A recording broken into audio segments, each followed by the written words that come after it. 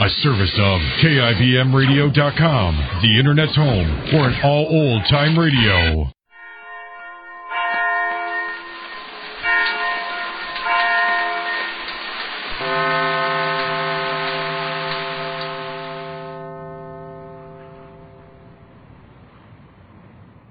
Ladies and gentlemen, the secret word tonight is light. L-I-G-H-T. Really? You bet your life.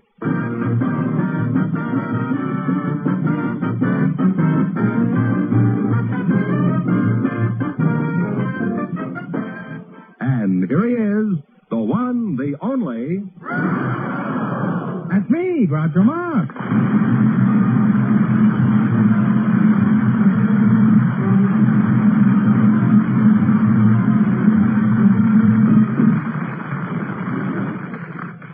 Well, here I am again with a paltry $1,000. A sailor from the Coast Guard and his partner, an Army officer's daughter, flipped me last week for $6,000. So tonight we're starting over poor but happy.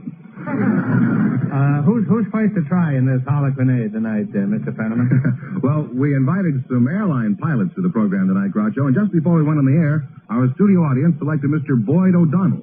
His partner, selected from the audience, is Miss Irene Merlin, the ship's nurse, and here they are. Folks, meet Groucho Marx. Well, welcome. Say the secret word and you'll divide $100. It's a common word, something you see every day. Irene Merlin, is that right? That's right, Groucho. That's a lovely name. Where are you from, Irene? Well, I was born in Proctor, Minnesota. Uh-huh. You're the pilot, Mr. Boyd O'Donnell, huh? That's right. Where are you from, Boyd? I'm from originally Cedar Rapids, Iowa. Uh-huh. Are you married? No. The kind of a pilot I like to meet. He's got his feet on the ground. Irene, you're not married either? No. Just checking, you know. Do you think you could get interested in a fellow like me? Well, I think you're rather premature, Groucho. No, I was born in the regulation time. Nice kind of you. You mean there's no chance for me at all, Irene? Oh, no. Well, good night, Irene. Boyd is casting sheep's eyes at Irene. Who do you work for, Boyd? I work for the Flying Tiger Line. Well, make up your mind. Which is it, a lion or a tiger? No, it's Flying Tiger Line, L-I-N-E. Oh. That's what I like to see in a pilot. Good spelling. What is it you do, Irene? You say you're a nurse? Well, I'm a ship's nurse, Groucho. What's the matter with the old tub? Is she seasick? What's the name of your patient? SS President Cleveland. Why do they always call a ship a she, don't they? Why is that? Well, Why do they? Why are they, I mean? Can I speak now? Yeah, I'll shut up for a while. Every skipper, every captain is a male, and whether a ship is called a he, a she, or an it has to take the place of the captain's affections. Well, there's no point in getting angry about it. You're just confusing me. I'm trying to be as benevolent as all get out here.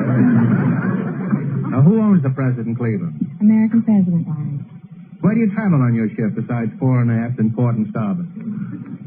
Well, Pretty nautical stuff, eh? Avast there, mate. Does that do anything to you, Irene? Terrific. Does nothing to me, eh? Well, anyway, where do you travel? Well, we make a complete tour of the Orient, Groucho. We go to L.A. and then Hawaii. What? Make a complete tour of the Orient? You go to L.A.? What? I've heard this town called many things. San Francisco. Oh, I see. From San Francisco to Los Angeles every other trip. Mm-hmm. From there we go to Hawaii and then Japan, China. You go to where? What was the other place? Hawaii. I'm all right. How are you? I always say that if anybody says hello. But it never gets a laugh either. But it's something to live with. Irene, you're not married, and neither is Hotshot Charlie over here, right? No. Would you be interested in a Flying Tiger? Well, it would be a change. I won't ask you what it's a change from. We'll just let it go with that. Thank you. Well, maybe I can arrange it. Do you like to fly?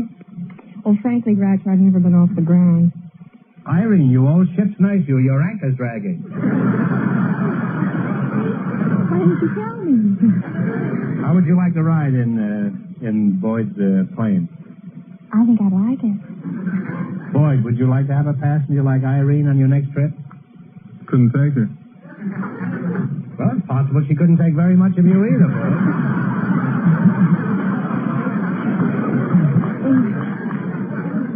We're a very friendly trio, don't you think? Couldn't take her. That's what I like in a pilot, romance. I assume you mean you don't want her on your plane, and as a representative of American womanhood, I demand an explanation. Groucho, it isn't that. It's that... It isn't what? Well, it isn't that we can't take her. I mean, we're not allowed by the CAA to fly. What's the CAA? That's the Civil Aeronautics Administration. How would they know about it? Well, we only fly freight, you see, domestically, and we're not allowed. Some pretty fair freight there, I'd say. Well, you two make a wonderful couple, and I hope you have many happy little seaplanes. All right, now let's see how you make out in the quiz. Mr. Fenneman. Yes. I used to call him George, but we got so many complaints. This is, we got letters saying, what do you call this guy Fenneman for? Call him Mr. Fenneman or George? So that accounts for the kind of dignity that we now have in the show. Fenneman, explain the rules, huh? All right. You bet as much of your $20. Fenneman doesn't laugh at me, he gets bounced. You bet as much of your $20. There's nothing a man won't do to retain a job. You bet as much of your $20 as you want on each of 4 questions. And the couple that earns the most money gets a chance at the $1,000 question at the end of the show. All right, now let's see how high I can bid you $20. You selected, what's the number? How much are you going to bet of your $20? Let's bet 15. Okay. How many blind mice? 3. 3. 3 is right.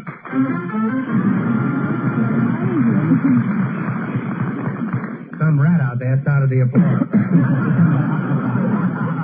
You're on your way with $35. Remember, you're going for $1,000 tonight. Now, how much of your 35 are you going to risk? $34.50. Girls expensive. $34.50, huh? You're betting, okay. How many leagues under the sea? 7. 7. 12. 12. Think it over. Talk it over. Let's discuss it. Let's tell. How many leagues are there? 12. 7. 14. I'm sorry, it's 20,000. Oh, You have 50 cents.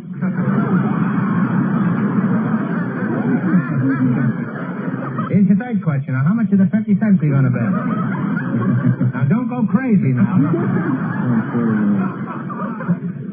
It'll be my cents. friend says 49 cents. He's still your friend, Irene? Indeed he is. Well, it shows you money isn't everything. Okay. How many men on a dead man's chest? Say it out loud. 7. No, I'm sorry. It's 15. You've got 1 cent left. All right. Now, here's your last chance to beat the other couple. Now, take it easy now. I'm talking over. I don't want you to ruin yourself here. Now, how much of the 1 cent are you going to bet this time? We'll go completely You all going the out. whole penny? We'll go whole out. We'll go completely. Here's your last chance to beat the other couples now. You're betting a whole cent. How many horsemen of the apocalypse? 3. No, I'm sorry, 4. Say, Groucho, let's give him another question. We can't let you go away flat broke like that. I'm going to give you one more question. If you get it right, you win $10. So think hard and no help from the audience. Who was buried in Grant's tomb?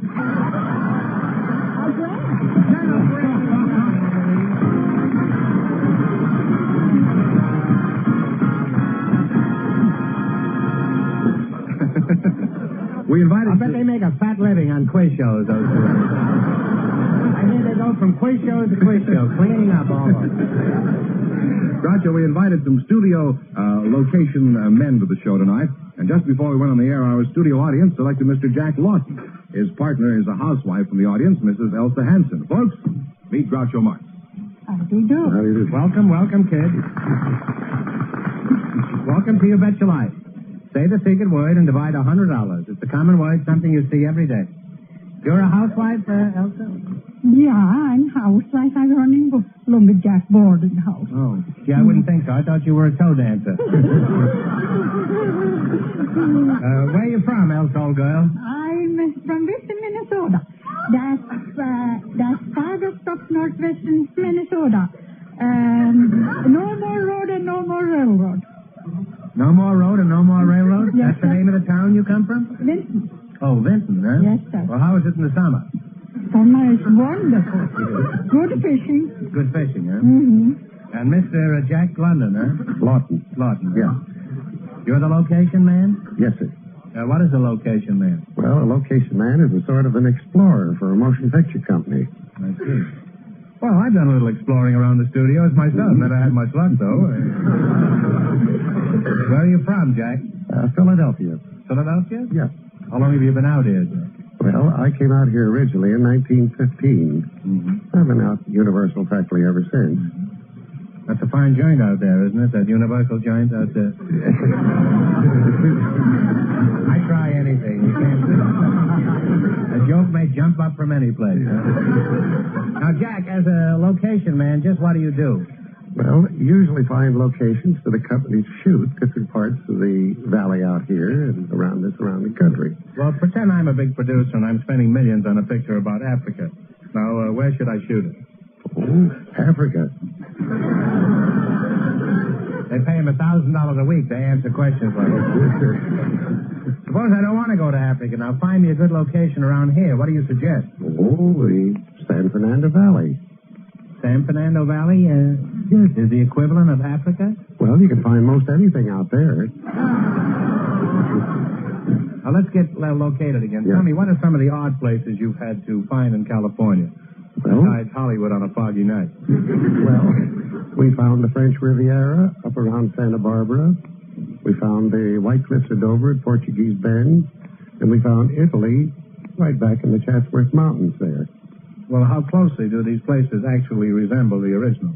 Why, Chatsworth there looks more like Italy than Italy itself. I see. Have you ever been to Italy? No. Well, then how do you know what it looks like? Well, I've seen lots of pictures of Italy. Which ones, for example? Well, the Belle Verrodano and several other pictures. Where'd they make them? Chatsworth. Well, I'm sorry I insulted you. For a moment, I thought you were a four-plusher. What sort of work does your husband do, Mrs. Hanson? I don't have no husband. I've been widowed 19 years. Oh, that's why you were eyeing me up before. That's what I do. Now, did anything unusual ever happen in your boarding house that you could tell us about, Mrs. Hanson? Yeah, so I remember I went 3 years ago to California. Oh, you've been here? No, not California. I'm in Florida. Oh. So then I say... Well, there's not much difference. Yeah. Except that it's much warmer here than it is in Florida. I know. I like it better here. Oh, you better. You Yeah. want to win any money here tonight. I say to I was only one left there, then he didn't took his stuff and went to the other boarding house. I said, Joe, you better hurry up now. I go in the morning. He says, now, Mrs. Hanson, when you go away, he says, I'm going to die. I say, oh, Joe, I can't be here taking care of you. I say, you don't going to die anymore now, and I'm away, and you can go to the other boarding house. And you know he died. And I said,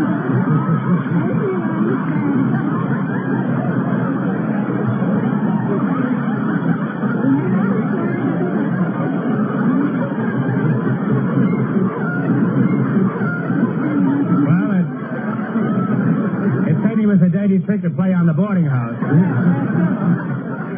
Now, you're going to play You Bet Your Life. You beat our other two couples, you'll get a chance at the $1,000 question. I can't tell you how much the first couple won, but...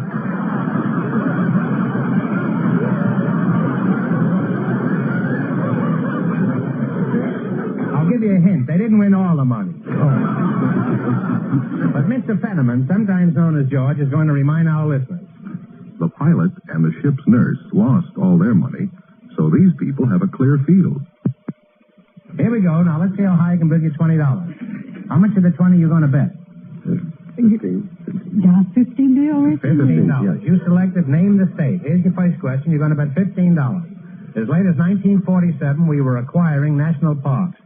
The last being the Everglades. In what state is this national park? Florida. Florida is right. you're off to a good start. You have $35. I have a hunch that you're going to beat the first couple. Remember, you're going for $1,000 tonight. Now, how much of the 35 are you going to bet?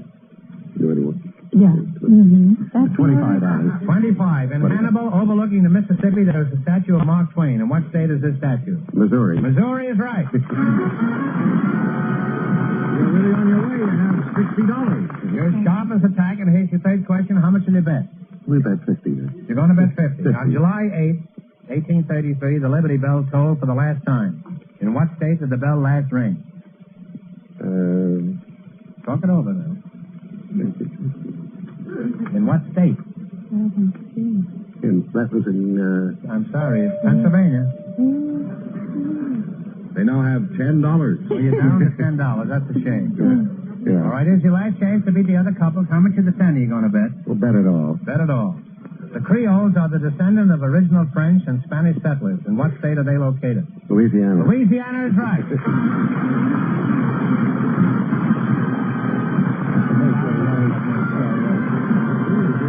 Wind up with a grand total of $20. Just before we went on the air, Groucho, we found a member of a garden club and a married man in our audience. And here they are, Mrs. Maria Wilkes and Mr. Ian Batchelor. Meet Groucho Marx. Welcome, welcome. Say the secret word and divide $100. It's a common word, something you see every day. A married man and a garden club member. Is that right? Mr. Ian, is that the way you pronounce it? That's right. Mr. That's Ian right. Batchelor, Yes. huh? I thought you were a married man. I am a married man. Well, how can you be a bachelor if you're married? That's my name. What's your name? Bachelor. You know, we can get sued by Abbott and Costello for this. Who's on first, you know? Let's see, you're a member of a garden club? I am. No, you. No, I'm a bartender. You don't belong to a garden club? No, I don't. Are you sure that's a prize-winning crop of spinach you've got on your lip there? What kind of a mustache do you call that, Ian? Oh, I call it an old-fashioned mustache. Well, cut it off and put a cherry on it. I like old-fashioned. What is your name? Maria Wilkes. Oh, Maria Wilkes, that's right. Where are you from originally? I'm from Italy and South Africa. You were born in Italy? Born in Italy, went to South Africa, and then came here. How old were you when you were in South Africa? Well, that would be telling too much. Why do you object to telling too much? Women don't like to tell their ages. I didn't ask you your age. I just asked you how old you were when you were in Italy. You're a good mathematician. I was a child. You're still a child. Thank you. It's nothing, really. Ian, where are you from? Are you a bottle baby from County Cork? Oh, I'm from San Francisco. San Francisco, huh? Yes. I can't keep calling you Ian. Well, what do your customers call you? Well, they call me Big Mac. Well, I can understand why, Mac. You look as big as a full-grown bull. Just how big are you? I'm 6'1" in height, and I weigh 300 pounds. Well, that's certainly a lot of bull. You know, if you hadn't told me you were a bartender, I'd have sworn you were a jockey. I mean, on the horse I bet on last Saturday. What size shirt do you wear, Mac? This shirt I have on is a sports shirt, and it's size extra, extra, extra large. Certainly a lot of extras. You sound like the five-star final. He's probably equipped with a radio, heater, and white sidewall tires. How large are your suits, Mac? It's size 54. Oh, wow. Well, that's just the size I buy. Now, where do you do your bartending, Mac? At the Coach and Horses. Are you one of the horses or the coach? Now, Mac, how about food? Are you a big eater? Yes, I'm a heavy eater. For breakfast, I often have 2 ham steaks, a side of hash brown potatoes, a quart of milk, and a dozen eggs. Doesn't anybody ever send you a care package?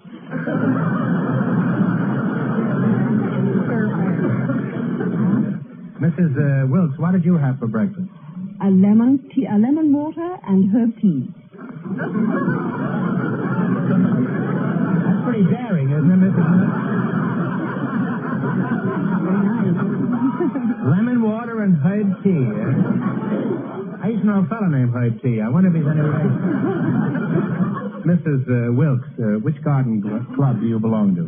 The Los Angeles Garden Club, the Begonia Society, the Fuchsia Society, the Bulb Society, the Anthroposophical Society. What was that last one? Anthroposophical? What does that mean? That means the study of the higher culture of plants and all the things that go with the higher culture of plants. Could I join one of your garden clubs? We'd be delighted to have you. Let's not overdo it.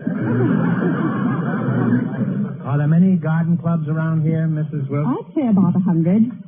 100, eh? Why are there so many? Oh, don't you know that gardening is one of the most important and popular pastimes in Southern California?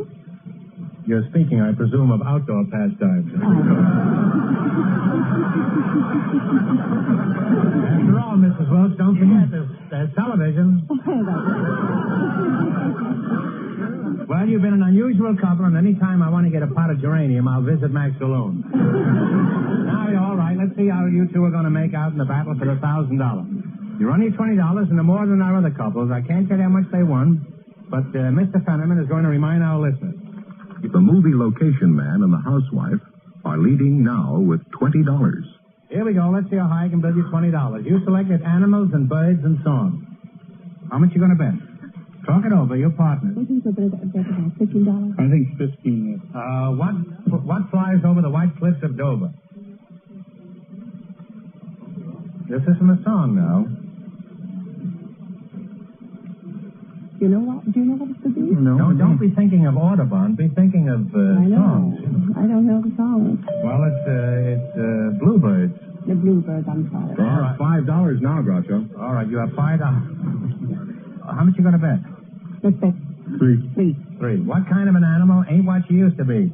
The old gray mare. The old gray mare is right. You have $8. You got $8. Remember, you're going for $1,000 tonight. Now, how much of the 8 are you going to bet? $6. What sings in Berkeley Square? From a song. Don't you know the song? No, it's Well, it's a nightingale. Nightingale, I'm sorry. A nightingale sang in Berkeley Square. Yeah, but then you get a chance to sing on it. They have $2 I think so now. beautifully. They have $2 now. Oh, they have $2. All right, Dave. Your last chance to beat the other couples. How much of the $2 are you going to bet? We'll bet the two, of course. The $2. What came over the mountain to see what he could see? the bear. The bear is right.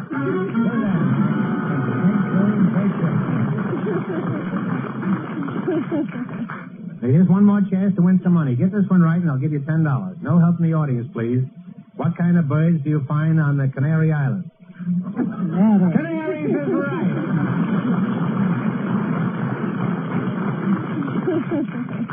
Well, you people wound up with $4. And that means our second couple, the location man and the housewife, with $20, get the chance at the $1,000 question.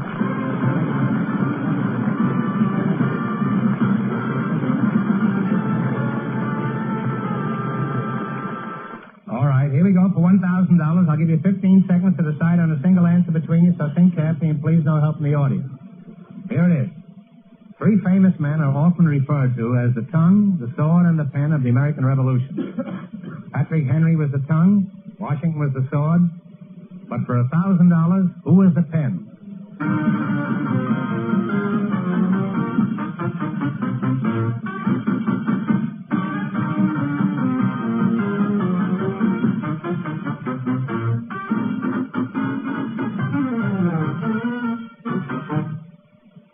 What is the answer you two have decided upon? Franklin. No. I'm sorry. It's Thomas Jefferson. So that means the big question next week will be worth $1,500. Well, you lost the big money, but you cleaned up, didn't you? How much did they win in the quiz, George? $20 in the quiz. $20 in the quiz. Congratulations and thanks to both of you and to all of our contestants on the show tonight. Your Life, starring Groucho Marx, has come to you through the facilities of the United States Armed Forces Radio Service.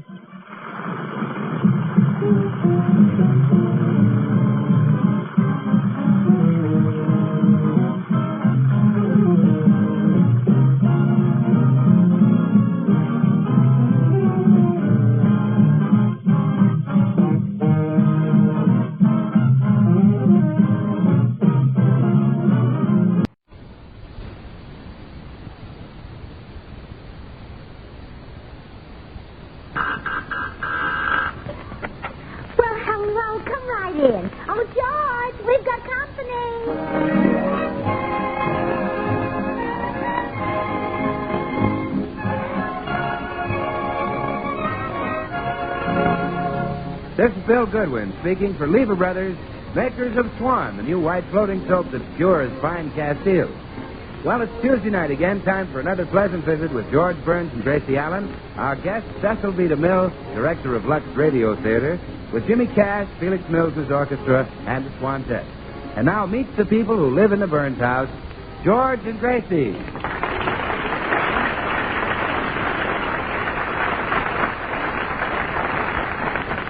It's afternoon in the Burns home, and after a hard day at the office, George is relaxing in a nice warm bath. Throw April showers, may come your way. They bring flowers that bloom in May, and when it's raining, George, it's me. I've got your towel. Okay, bring it in. All right, but close your eyes.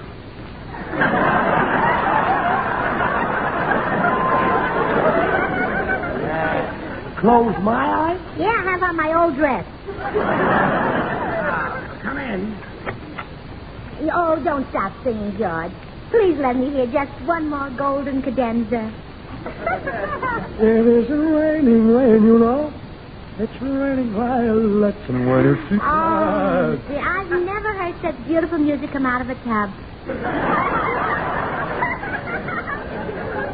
Well, I'm glad you like it. George, I wonder what makes you sing so extra wonderful when you're taking a bath. Well, I've heard that the tub sort of makes your voice resonant and gives it a ring. What's funny? I was just thinking. The tub gives you a ring and you give Never the mind. As someone at the door. All right, I'll get it. Hello, Mrs. Burns. I'm sorry I'm so late. Oh, that's all right, Mrs. Bundy. Have you had lunch? Yes, I cleaned house for Mr. Cecil B. DeMille today, and I had a big lunch at his house. Liver and bacon. Oh, really? Is Mr. DeMille nice to work for? Yeah, but he cooks the bacon a little too crisp. Mr. DeMille cooked your lunch? Oh, yes. That poor man is having such trouble finding a cook. Well, you better stop cleaning, Mrs. Bundy. It's getting late. Here's the broom. All right. My, the things I could tell you about Cecil B. DeMille. Really? What, for instance? Well, I can't talk while I'm working. Well, look, here, hand me the broom. Well, Mr. DeMille is supposed to start a picture in a few days with Bing Crosby. Uh-huh. But Bing is still on another picture. And Mr. DeMille is frantic. Well, I should think so. Where could he find another Bing? In my bathroom. Huh? Mrs. Bundy, I want you to hear something. Listen to this. So people looking for a bluebird and listening to that song. Well? You better call a plumber.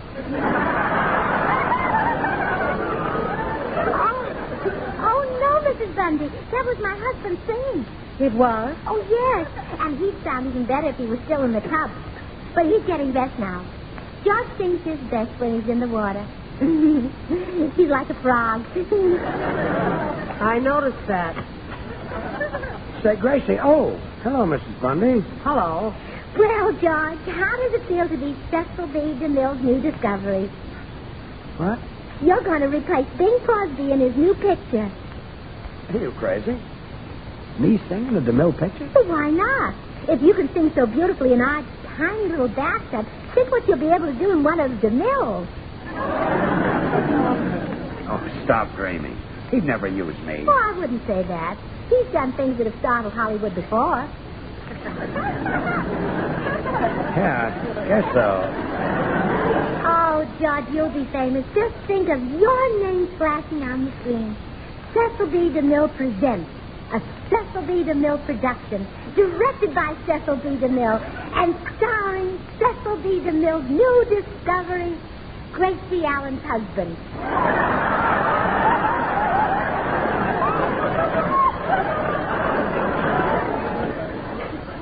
I can hardly wait. Me replace Bing Crosby. What a fantastic idea. I'm going down to the cigar store, Gracie. Me take Crosby's place. It's ridiculous. When the blue of the night meets the gold of the day.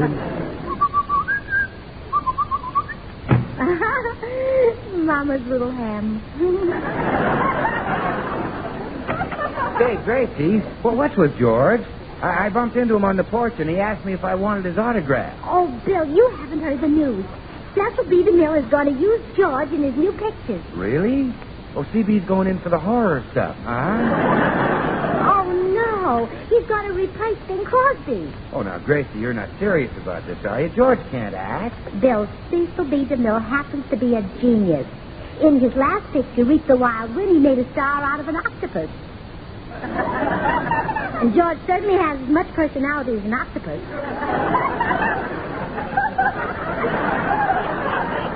Well, maybe if you can teach him to squirt ink. Well, there's only one thing that worries me. I'm afraid when George becomes a great singing star, the girls will all mob him. I wouldn't worry, Gracie. But I saw Bing Crosby come out of the Brown Derby and a bunch of women swarmed all over him. Oh, well, say, was that yesterday? Yeah. Oh, well, I can explain that, Gracie. You see, I met Bing just before he left the Derby, and I gave him a bar of Swan soap, and that's why the women were mobbing him. Oh, Bill. Well, you know how women like Swan, the new white floating soap. Swan's 4 soaps in 1. The soap for your hands and face, for bathing the baby, and for your dishes and light laundry. 4 swell soaps in 1, a great wartime buy. Oh, honest to goodness, Bill. To hear you talk, you think all a singer has to do to be popular is use Swan soap. Well, now, confidentially, Grace, why do you think Ginny Sims is so popular? Now, why do you think Dinah Shore is so popular? Why? Well, because they have great voices. Well, what's that got to do with Swan soap? Well, if young girls will start right now to wash the dishes with Swan, those hard-working Swan suds will make them so happy they'll sing while they're washing the dishes, you see. Now, the more they sing, the better they'll get. And by and by, some of them might get as good as Ginny and Dinah. Oh, I see. See, and even if they don't sing, they'll still have lovely hands because Swan is so mild and gentle.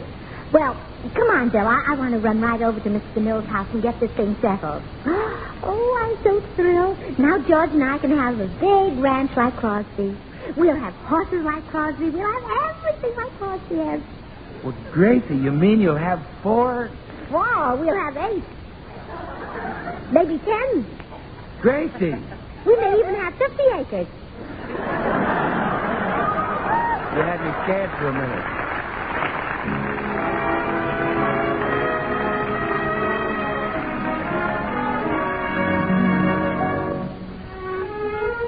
Tonight, our young tenor Jimmy Cash sings the popular ballad, A Lovely Way to Spend an Evening.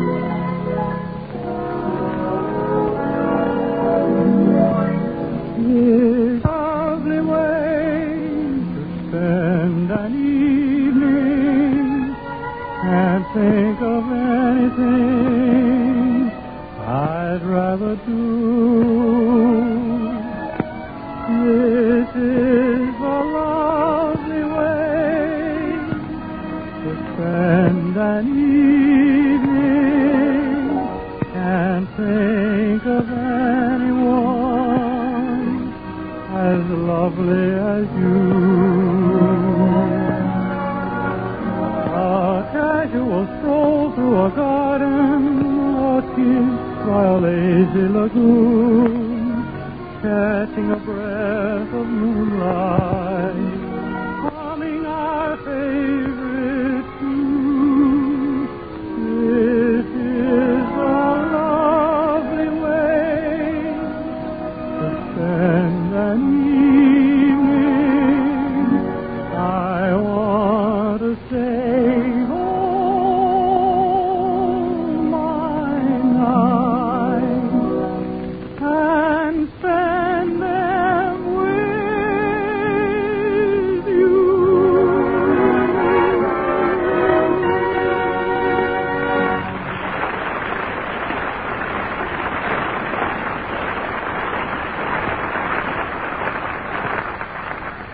I would like to see Mr. DeMille. My story just won the Pulitzer Prize. I'm sorry, Mr. DeMille is tied up. He'll see me. I'm the president of Colossal Pictures. Sorry, Mr. DeMille can't see you. Well, surely he'll see me. I have $5 million to invest in Mr. DeMille's new picture. I'm sorry, Mr. DeMille can't see anyone. Who are you, young lady? Me? Oh, I'm the new cook. I'm sorry, Mr. DeMille can't possibly... Cook! Mr. DeMille! Mr. DeMille! It's a cook! A cook! Did you say cook? Oh, yes. Hello, Mr. DeMille.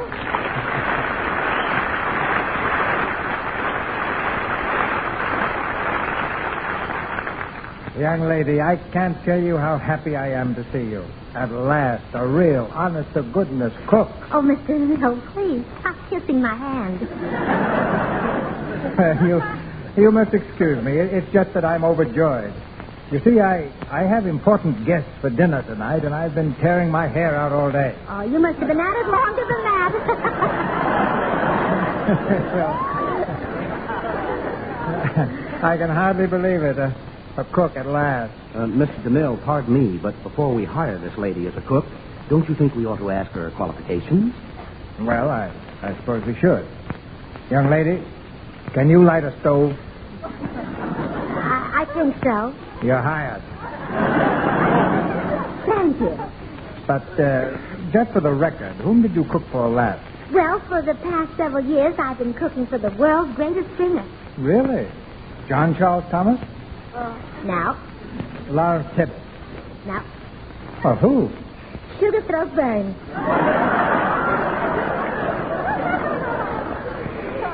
Sugar Throat Burns? Your new discovery. But I never heard of him. Nobody ever heard of Claudette Colbert either until you put her in a bathtub. And now I want you to put Sugar Throat in a bathtub. Well, I'm afraid that's impossible. But I'd better warn you about one thing, Mr. DeMille. What? Don't fill the tub with milk like you did for Claudette.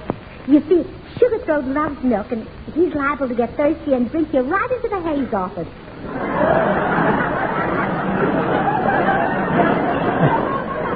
I assure you I have no intention of putting milk or Sugar Throat into a bathtub. But Sugar Throat's just the man to replace Bing Crosby in your new picture. Young lady, if I get anybody to replace Bing, it will be Frank Sinatra. Frank Sinatra? Frank Sinatra in a bathtub? You wouldn't dare.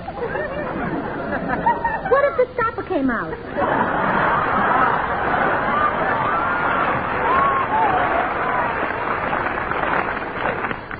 Well, I don't intend to put him in a bathtub. I'm much too busy to be fishing Frankie out of the Los Angeles River. You're right. Sugar Throat's your man. And now, Miss... just call me Mimi. Well, Mimi, my guest will be arriving soon, so suppose you take over your duties as cook. Oh, you have to make the decision first. You mean it's either Frank Sinatra or Sugar Throat? No, it's either Sugar Throat or no dinner. Oh, very well. Very well. I'll see that Sugar Throat gets a chance in the picture. Oh, thank you, Mr. DeMille. And if you ever want to get into radio, he'll help you. Thank you.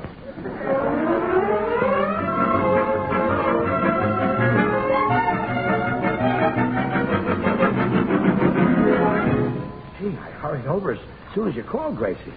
Gosh, if this weren't the Mills' house, I'd think you were kidding. I told you Mr. DeMille would choose you to replace Crosby. Now, try to make a good impression on him, George. I'm as nervous as a cat, after all.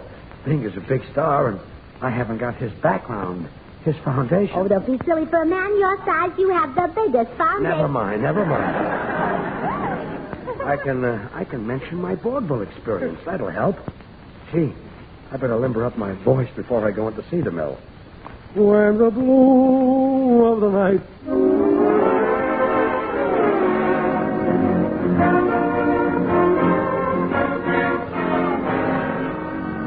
What's the trouble, CB? Oh, the things you have to do to keep health these days. The new cook demands that I put some hep cat named Sugar Throat in my new picture. It is a problem, sir. How about a butler for tonight? Well, Mrs. Bundy, the cleaning woman, said her husband might take the job. Mrs. Bundy's husband. He probably looks like Frankenstein. Oh, that must be the butler now. Come in. Mr. DeMille, my wife tells me that you want to hire me. Yes, come in. We were just discussing you. Well, you're better looking than I expected. Well, thank you. I even look better with makeup on. You wear makeup? Well, not too much, CB. Just a little eyeshadow and a touch of rouge. That's okay, isn't it? Well, if your wife doesn't mind, I'm sure I don't. My secretary has a tuxedo you can wear tonight. Tonight? A tuxedo? Yes, I have some important movie executives coming to dinner. Oh, you want to show me off, huh? Well, they'll love my voice, CB. What would you like to do? Stay in the kitchen. Huh? And when we're ready to start, I'll ring a bell for you. Just a bell? Not a piano? Well, I think a bell is more practical. Well, okay. You're the boss. Shall we discuss the details now or later? What details? Well, there's the matter of my name. What about billing? Oh, very well. I'll call you Billing.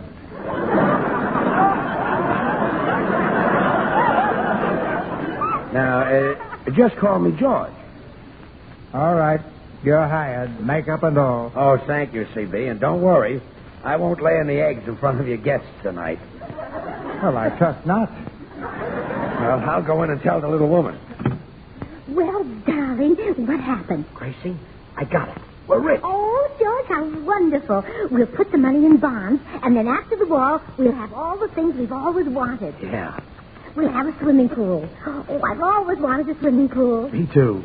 With deep water at one end for diving and shallow water at the other end for you. I'll practice when we get the water. Yeah. And we'll have... Say, George, how much did Mr. Demille say he was going to pay you? Oh, I forgot to ask him. Wait a minute. I'll find out. Oh, now, George, don't be ashamed to take $2 or $3 less than Crosby. Okay. Oh, Mr. Demille. Yeah? I forgot to ask you what my salary would be. Oh, yes. Well, you're helping me out of a spot. Yes? So I'm going to give you more than usual. Oh, boy. I'll start you at $25 a week. Thanks. Well, dear. $25 a week. Oh, George, the water in that swimming pool is going to be awfully low.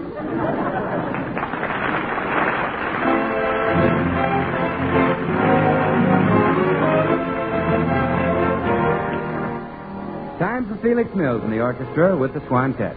It's Way Down Yonder in New Orleans.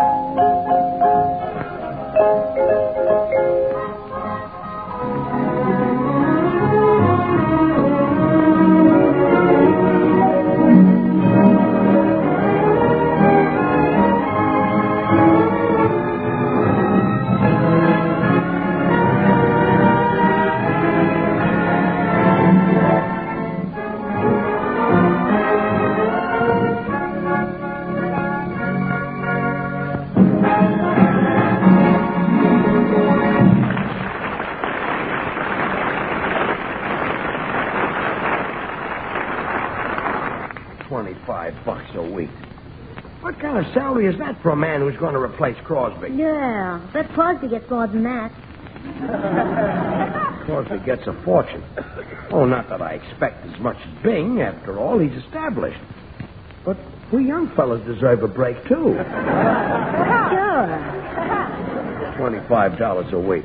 I should be getting $2,500 or $25,000. $25,000? Oh, George, Mr. DeMille wants you to work at Paramount, not Lockheed. Well, he can't do this to me. George, are you ready to serve dinner? Do what? Serve the dinner. Want me to serve the dinner?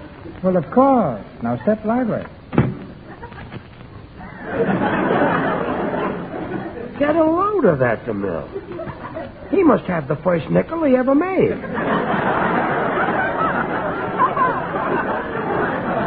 $25 a week and I serve the meals? No wonder he gave you the part instead of Frank Sinatra. He wanted someone strong enough to carry a tray. Yeah.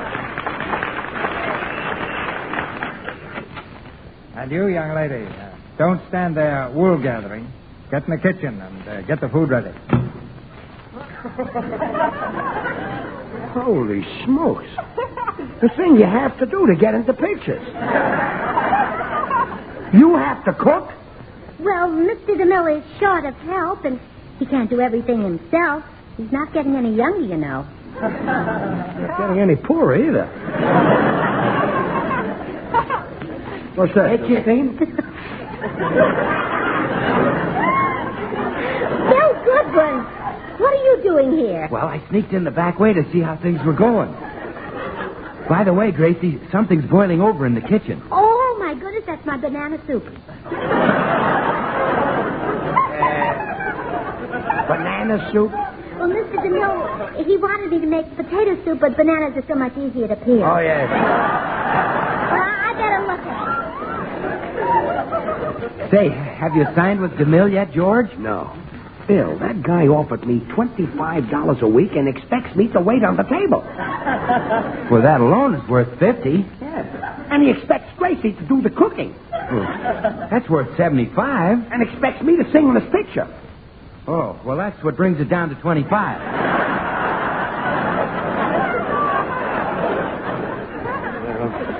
I'm going in and give him a piece of my mind. No. Now, wait, George. Let me talk for you. I'll act as your agent. I'll say, CB, look at that handsome profile. No, I better not say that. Bring it down to 20, I guess. I'll say, look at that fine physique. No, that's no good. Bring it down to 15. You know something, George? I better have him look at me. I just washed my face with Swan soap. Oh, Bill. Swan, the white floating soap is 4 soaps in one. The soap for your hands and face, for bathing the baby, and for dishes and light laundry. 4 swell soaps in one. A great wartime buy. Bill, you're selling me, not the soap. Oh, well, all right, George. I tell you what. We'll show him what a great actor you are, huh? Good. Now, I'll give you a little tryout. Let's see you register anger. Oh. That's great. Now, register joy. Oh. Really wonderful. Now, register passion. Oh. What an actor. Now register ecstasy. Oh. No, George. More ecstasy. Think of Ann Sheridan. Oh. More. Think of you and Ann bathing a baby with Swan soap. What? Well, that's ecstasy. Not... Oh. No. What is great for bathing the baby? It's pure as fine Castiles. And if those mild, gentle Swan suds are swell for a baby's skin, you just know they must be great for your complexion. Bill, are you going to get me a razor, aren't you? Well, sure, George, and I know just how I'll do it. We'll play on his sympathy. Tell him you're broke.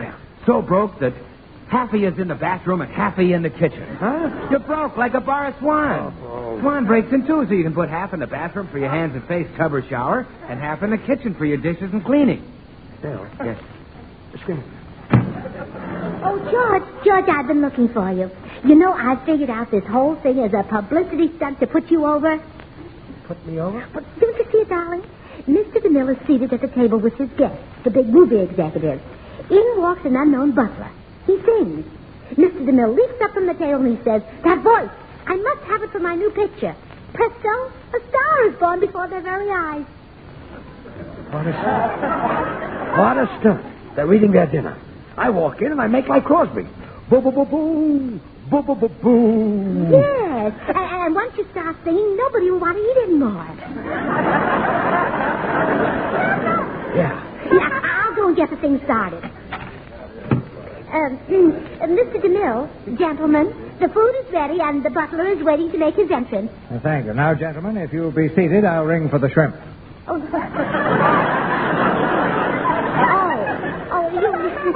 You shouldn't say that. He just looks short because he's got a flat head.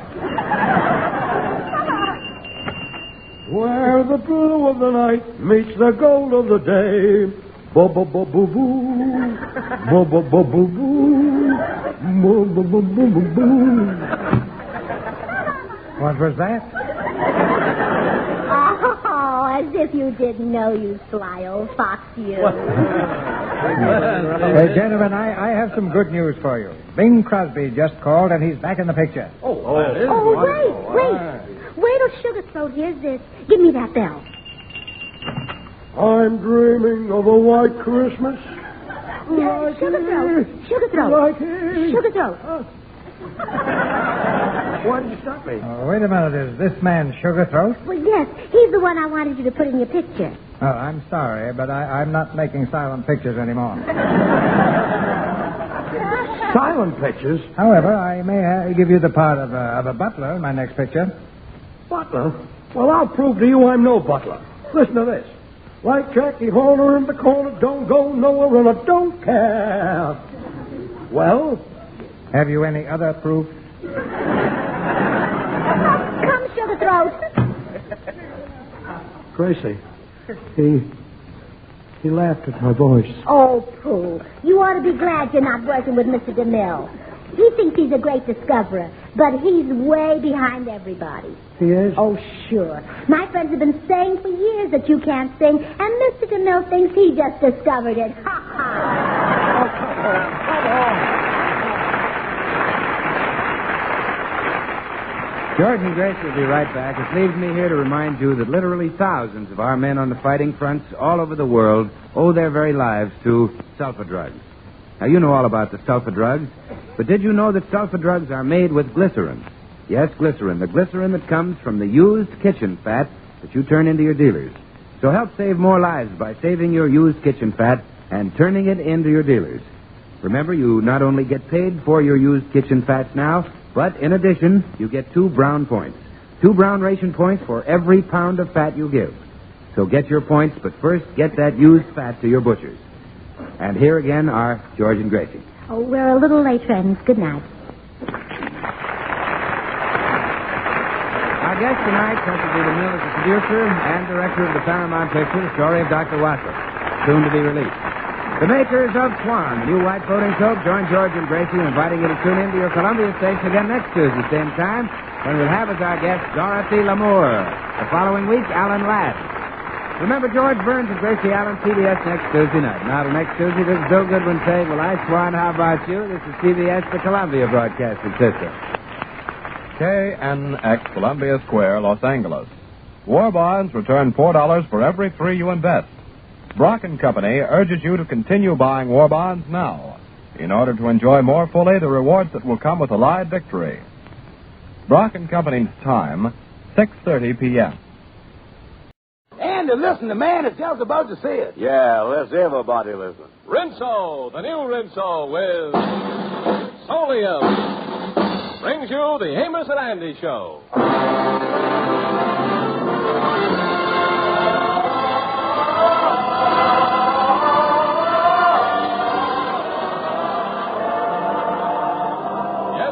Rinso, the soap that contains Solium, the sunlight ingredient, brings you a full half hour of entertainment with the Jubilaires, Jeff Alexander's orchestra and chorus, and radio's all-time favorites, Amos and Andy.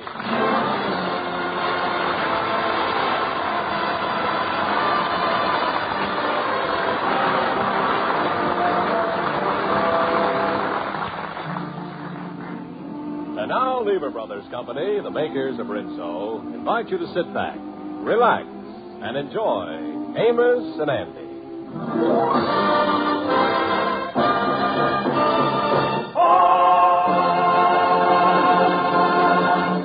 Well, today the Kingfish had a hard day at the pool hall, and as he returns home, he finds his wife Sapphire all excited.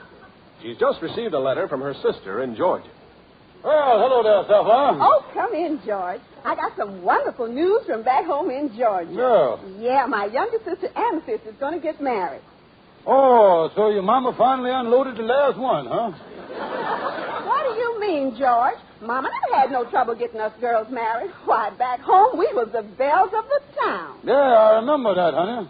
And when you got married, they called it the miracle of the bells, yeah. Well, anyway, George, I ain't going to miss my sister's wedding. Me and you is going down to Georgia for 2 weeks. It'll be a wonderful vacation for us. What you mean? I can't take no vacation. I got to stay here for business reasons. Business reasons? Yeah, who going to pick up my unemployment check? They don't mail them things to you, you know. You got to go after them. Look, George, me and you is going to Georgia for my sister's wedding. The round-trip tickets is about $100, and it's up to the provider of this family to raise the money. Well, it's all right with me, honey, but do you think you can get a job on such short notice? George, this is your responsibility. The wedding is 1 week from today. We is going, and you has got to get that $100 for the railroad tickets, and I mean it. That old gal is getting more unreasonable by the minute. Next thing I know, she's going to ask me to start supporting her.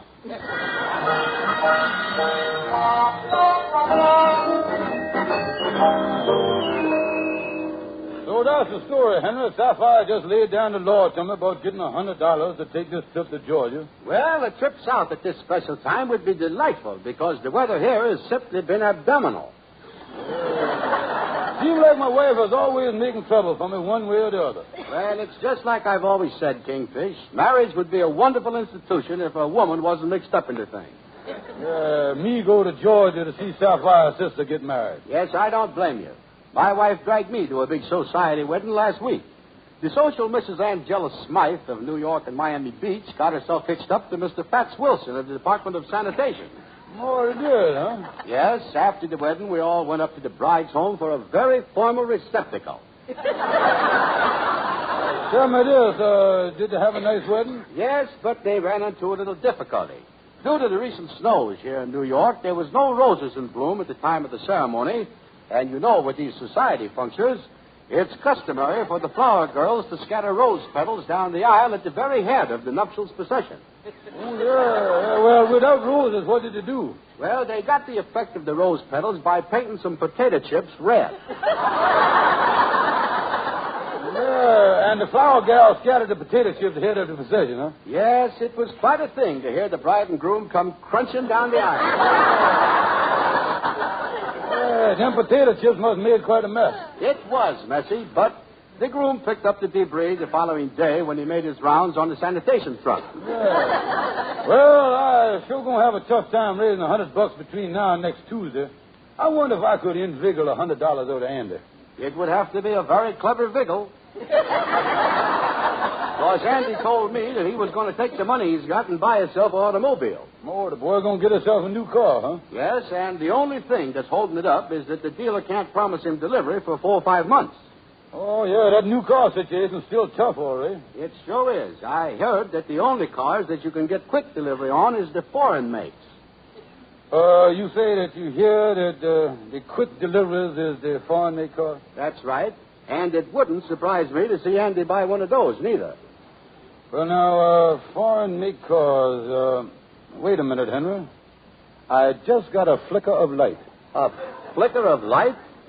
If I plays my cards right, I might be able to flick Andy out of $100 and light right in Georgia.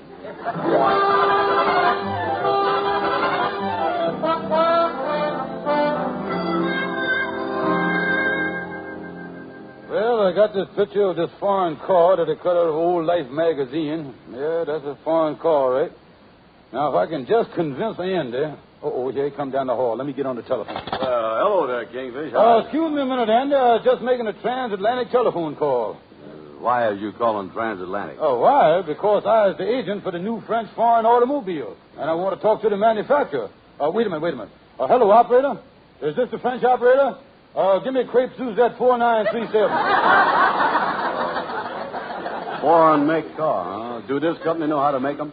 Do they know how to make them? Why, this man that I is calling in France is one of the greatest automobile men in the world. Wait a minute. Hello, France. Let me talk to Madman Pierre. I think I hear him somewhere. Hello? Hello, Madman. This is George Stevens, New York office. Oui. Bonus notches to you, too. Yeah, I just received a picture of your new car. Congratulations. Merci. Beaucoup coupé. Ooh la la. Uh-huh. Well, remember me to the little mad woman. And say hello to Miss Eiffel Tower. Okay, madman. Bon voyage. Say, Kingfish, where'd you meet a big Frenchman like that? Oh, I've known him for years, Andy. During the First World War, why, me and him was mademoiselles together in the French Foreign Legion. You see, Andy, I've known him for ever since then. Yeah. Now, right this minute, I is the American distributor for the new French automobile. Now, you is now standing in the showroom of the Paris Motor Company Harlem branch. No fooling. What is the name of the car you selling? The name of the car is known in the trade as the Quick Delivery Mercedes-Benz $100 deposit straight 8. That's what they call it. You know, there's a funny thing. I've been trying to get a car myself. What did the car look like? Well, now, I just happen to have a picture of it that was sent by wire from Paris just yesterday. Where is that? Oh, here it is, right here. There it is. Now, look that over. Yeah. Say, Kingfish, that's a good-looking automobile, all right. Oh, that's pretty. Look at them lines there. Hey, wait a minute. They done stuck the steering wheel on the wrong side of the car. Oh, no. That's why they call it a Mercedes-Benz. Before they send it over here, they bend the steering wheel over that side. You see what I mean? Yeah, I see. Well, I like American cars, though. Well, now, don't forget, Andy, foreign cars is more economical to run. They is? Why is that? Because, Andy, over there, they all runs on kilometers. Yeah? Well, does them kilometers wear out as quick as tires? No, Andy. Kilometers is distance. Over there, we measure distance in miles. Kilometers is shorter than miles. So there you is. When you drive in France, you ain't got so far to go. You see what I mean? You get closer. Yeah, that do cut down the distance. Look here, Kingfish. If I ordered one of them French cars, when could I get it? Well, now, let me do a little figuring here. We place this order today by radar. The thing has got to be custom made, and then they got to crate it up, ship the car from France to the United States. Let me see, 4,000 miles, 2,000 miles, goes into customs. How about Thursday of this week? Tell me this, how can they make cars faster there than we can here in America? 'Cause they were smart and they has done solve the steel problem. Well, how'd they do that? They got steel from us. Well, how much did this French car sell for? Well, now, you give me a $100 deposit, and the grand totals up to $1,600 FOB. That means francs on the barrel head. Well, now, wait a minute. I ain't letting you have no money till I seize the car. And, boy, that is different. Oh, now, listen, Andy. You be in the car driving up Lenox Avenue, all them gals about 21 years old sitting over there on the street. They're looking at you. You got a new car. They got the new look. And you sort of glance over at them and smile at some pretty gal and say, "Get on board, little children. Get on board, little children. There's room for many a more." Well, I hear the horn a-blowing. I hear it near at hand. I hear the car wheels rumbling and rolling through this land. Now get on board. Just get on board. Now get on board. Let's go for many a more. Get on board. Let's go for many a more. I hear the car coming. She's coming round the curve. I hear the wheels rumbling. She's straining every nerve. She's straining every nerve. Get on board, little children. Get on board, little children. Get on board, little children. There's room for many a more. Now get on board. Just get on board. Now get on board, little children. There's room for many a more. We're rolling and a rocking with our engine just a knocking, just a smoking and a chugging down that long, long rocking and we're happy 'cause we're lightening our heavy load. Nothing worries me.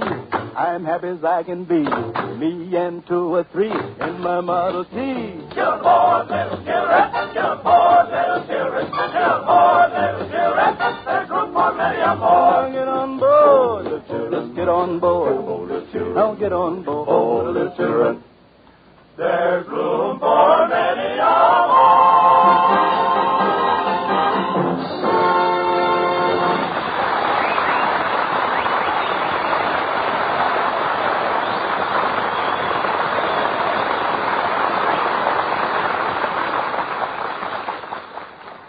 Well, no more holidays for a while, and I think the ladies are glad of that. Give them a chance to catch up on all the cleaning and darning. Yes, you'll have a bit to do in the next few weeks, but I hope you'll have time for a practical experiment. Now, I've been telling you that new Rinso, containing the wonderful sunlight ingredient Solium, will wash your white clothes whiter than brand new and make your washable colors look brighter than brand new. Well, new Rinso will do just that, but there's no proof like the proof you can see for yourself. So I want you to find out firsthand about Rinso's astounding results. Get a package of new Rinso with Solium before next wash day. Start using new Rinso right away. See it get your table linens, your sheets, actually whiter than brand new. See new Rinso make your washable colors look brighter than brand new. See the proof of my words in your own wash day results. Change to new Rinso with Solium. Will you do that?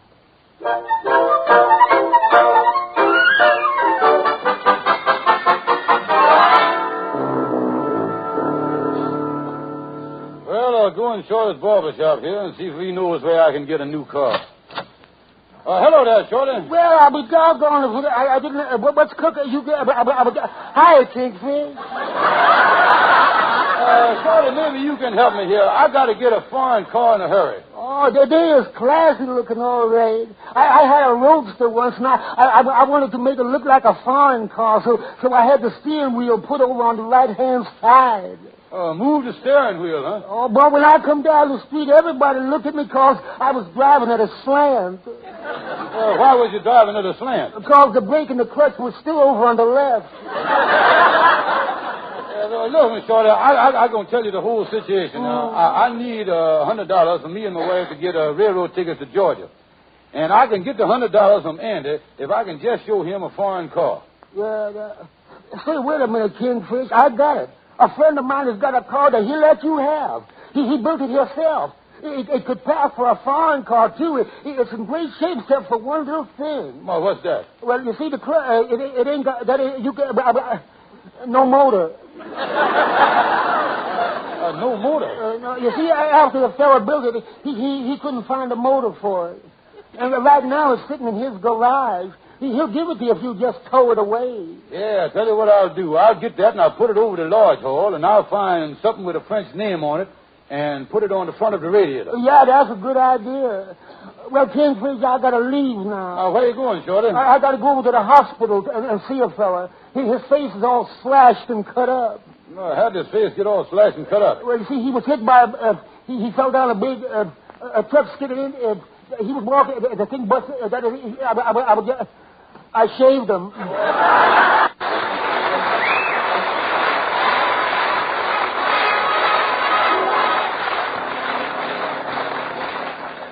Come on into the office, Andy. I got some great news for you. Yeah, what is the news from France? What a lucky fellow you is.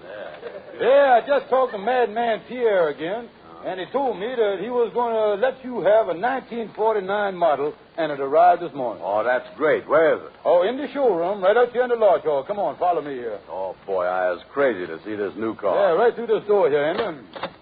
Now, right over there. There she sits, Andy, between them two ferns. Pretty, ain't it?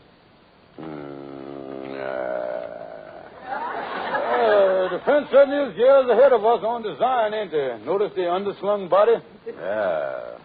I wonder who slung that together. And look at that paint job there. Wonderful paint job. That's baked enamel finish. Baked right on there. It looks a little overdone in spots to me. Look, this is a genuine French car. Oh, certainly it's genuine. Come up here and look at the nameplate on the front of it there. Yeah. The nameplate is made out of paper to cut down the wind resistance. Here it is. See, it say here, made in France. And the name of the car is Sparkling Burgundy. Oh, wonderful. Hey, wait a minute. Look here. It's a vintage of 1934. What does that vintage mean? French word means convertible. Oh, it's wonderful thing. And the 1934. Is this a 1934 model? Oh, don't be silly, Andy. Well, what does the 1934 stand for? Horsepower. Oh, now, wait a minute here. Wait a minute. How can they get 1,934 horsepower in that little car? They use smaller horses. That's all it is. Now, step right over here and look at the inside of it. Look through the window there. Look at that upholstery. Genuine leather red oilcloth. Oh, you slide in and out there. Blue third suit go right through there a mile a minute. Yeah. You know, it's kind of hard to get used to this foreign stuff. Let me see the motor, Kingfish. You want to see the motor, huh? Yeah. Well, now, that's what I'm going to explain to you, Andy. Andy, the motor is sealed under the hood to keep it dust-free. Sealed in oil, another one of them things, yeah? Yeah, and knowing that you would be just the one that would want to start tampering with the motor, I done had a padlock welded on there so you can't get in there and get in trouble, and I done throw the keys away.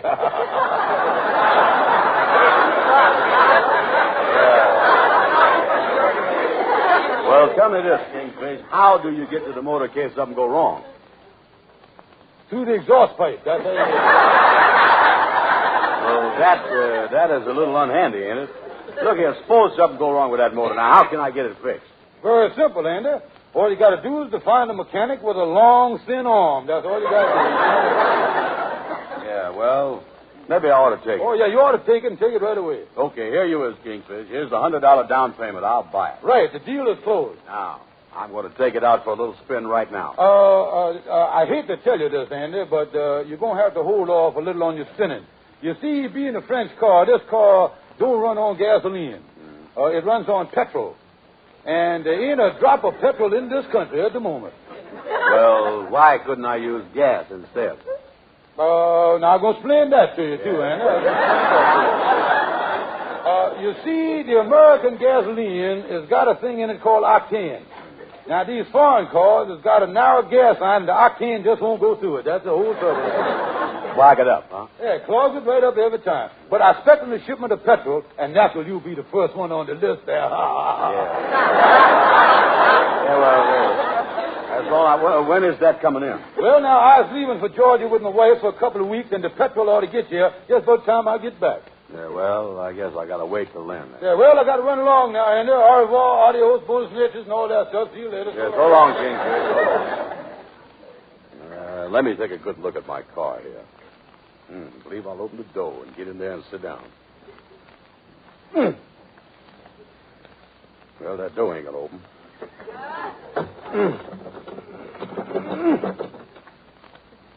I guess when Pierre tried to get in one of these cars, that's when he started calling himself Madman. Well, hello there, Andy. What you doing here? Come over here, Amos. I want to see my new car. Here. Oh, this is yours, huh? Sure is. You must be going in the soapbox derby. Wait a minute. This is the latest French automobile. The mechanic with a long arm is sealed under the hood.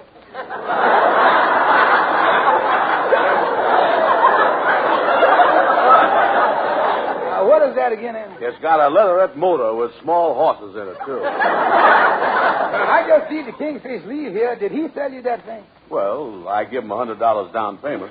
He's going to get me some petrol, too. Tell me this. Who stuck that label on the front of it from a bottle of sparkling burgundy? I think the madman done it. This car ain't no good, Andy. Look at there. That Kingfish has done stuck you again. Look at that. You ain't even got no windshield. All you got is the frame there. I thought that glass was awful clean. You better get your money back, son. Yeah, just wait till I get my hands on that Kingfish. And if I ever get to France where they make these cars, there are going to be two madmen over there, I'll tell you that.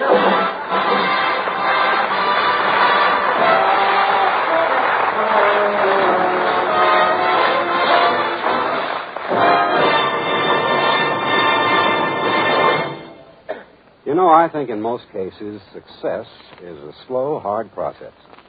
But every once in a while, something comes into view that's special, unmistakably superior. And then you get a quick success. Now, that's what happened with new Rinso, the only soap in the world that contains solium. the marvelous sunlight ingredient.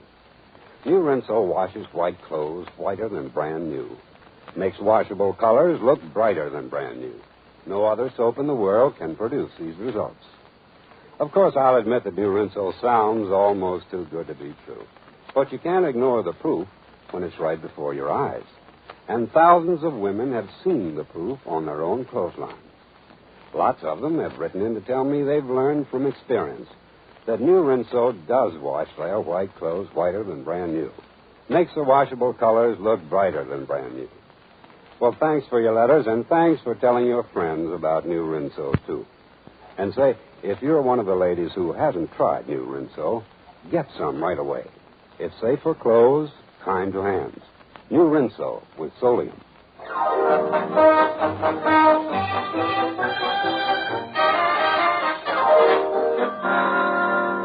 Well, I sure put one over on Andy with that foreign car business. Now, I better lock up my office here and lay low till tomorrow when I get on the train for Georgia. Then I'll be safe. Hello, Andy. I just leaving. Well, you ain't leaving. Back up. I said back up. Yeah, well, I'll back him. You don't have to be so rough about it. I want to have a showdown with you about that automobile you showed me. Oh, by the way, I just had a nice talk with Madman Pierre again. The petrol is on his way over here. Kingfish, I'm going to punch you right in the nose. You took my $100 just so you and your wife could take a trip to Georgia. I want my money back, or I'm going to beat you like you ain't never been beat before. Strike me if you must. Remember, I, as an official, a French automobile dealer which comes under the jurisdictionary of the French government. And if you strike me, it will be the Pearl Harbor of 1948.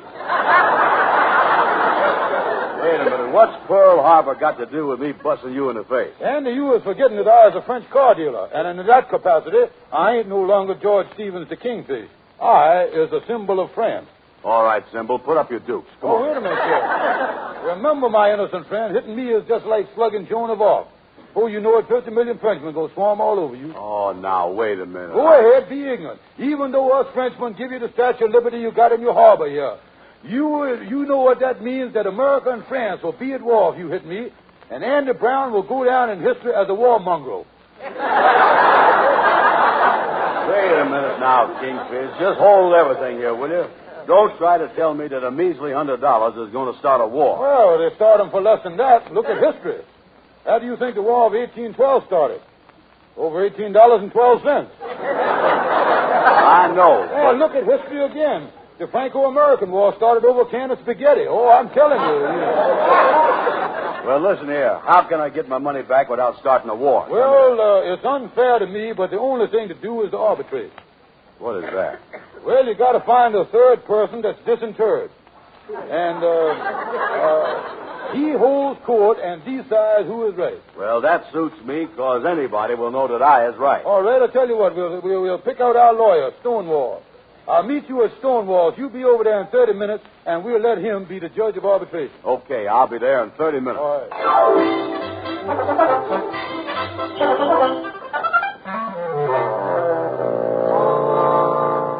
Now, Stonewall, Andy going to be here in your office any minute. Now, I done give you all the facts of the deal so you can arbitrate the thing honestly. Well, now, Kingfish, from what you done told me, I'm afraid that your case won't hold water. Well, will a $5 bill plug up the leak? Oh, not only plug it up, it'll waterproof it at the same time. Yeah. Well, now, here's the file. Well, thank you. I just put this in my pocket. Yeah. Come in, Andy. Well, hello, Stonewall. Well, I just second walked in myself, Andy. I ain't had time to say hello to Stonewall. Hello, Stonewall. Well, if it ain't the Kingfish. Hiya, Kingfish. How you doing? Glad to see you. Stonewall, we want you to arbitrate a case between me and Andy. Let me get behind my arbitration desk here. Yeah, get up there. Sit up there high so you can do this. Okay, now, the Court of Arbitration is now in session. Hereafter, in the legal terms of the arbitrator, we shall refer to the Kingfish as the arbit, and to you, Andy, as the traitor.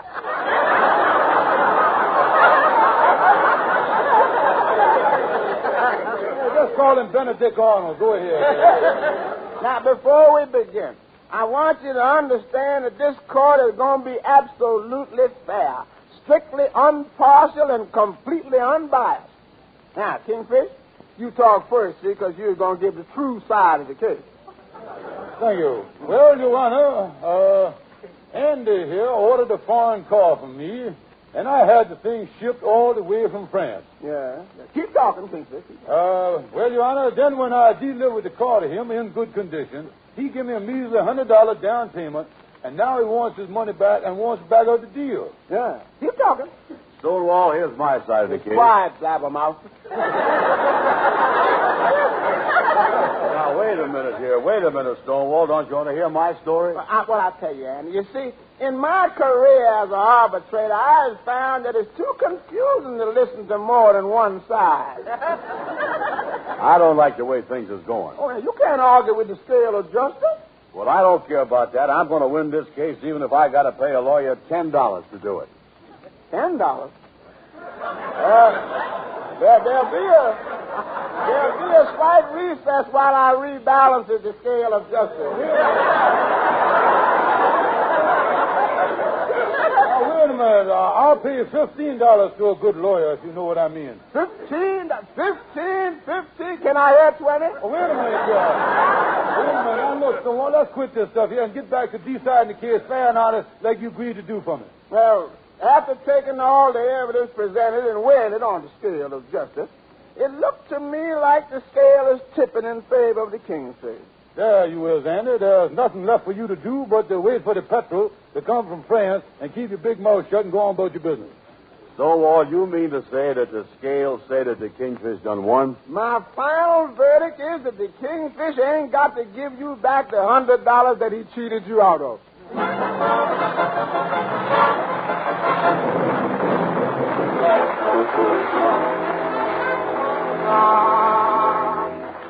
Well, Sapphire, honey, I've been down to the office all day, straightening out my business affairs. I'm now ready to get on the train for Georgia. Is you all packed? Oh, yes, George. But I decided on a much cheaper way of going to Georgia. Oh, that's great. We can save money. How's it going? We're going by motor. I bought a car this afternoon, but we can't leave for a few days until the petrol gets here from France.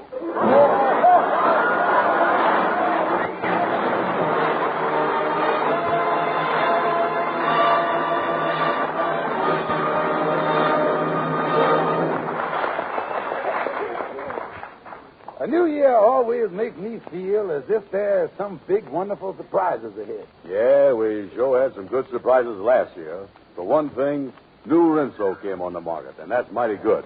Ain't it, Mr. Lake? Yes, indeed. New Rinso with Solium is the only soap in the world that washes white clothes whiter than brand new, makes washable colors look brighter than brand new. No other soap can produce these results. Get New Rinso with Solium. Good night, folks. See you next Tuesday.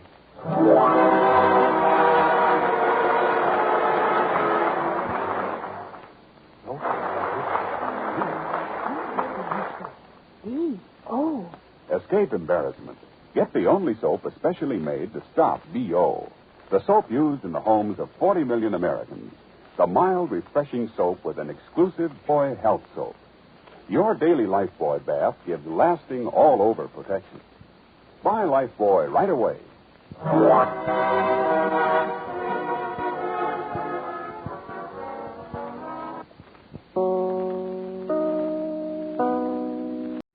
Palmolive Soap, your beauty hope, and Luster Cream Shampoo for soft, glamorous, caressable hair bring you Our Miss Brooks, starring Eve Arden.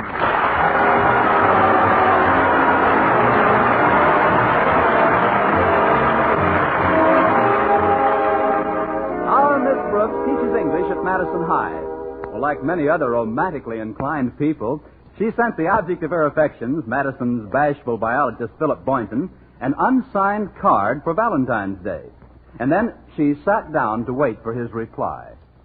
It wasn't that his reply was long in coming. It just didn't come at all. Knowing Mr. Boynton, I wasn't too surprised that he forgot about Valentine's Day, but I was determined to change the locale of our next date. For the past 6 weeks, we had spent every Friday afternoon at the zoo. Now, I am definitely not anti-animal, but I am a school teacher, and hence, after spending 3 hours in the monkey house, I just can't afford to buy Taboo by the quart. I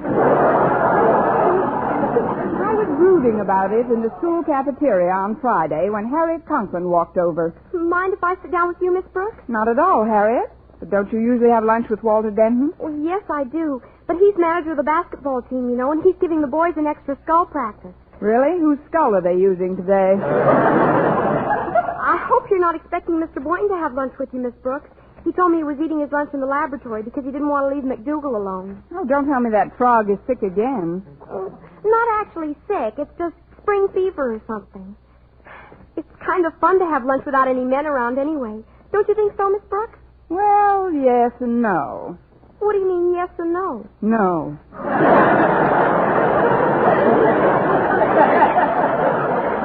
We haven't had a real woman-to-woman talk in a long time.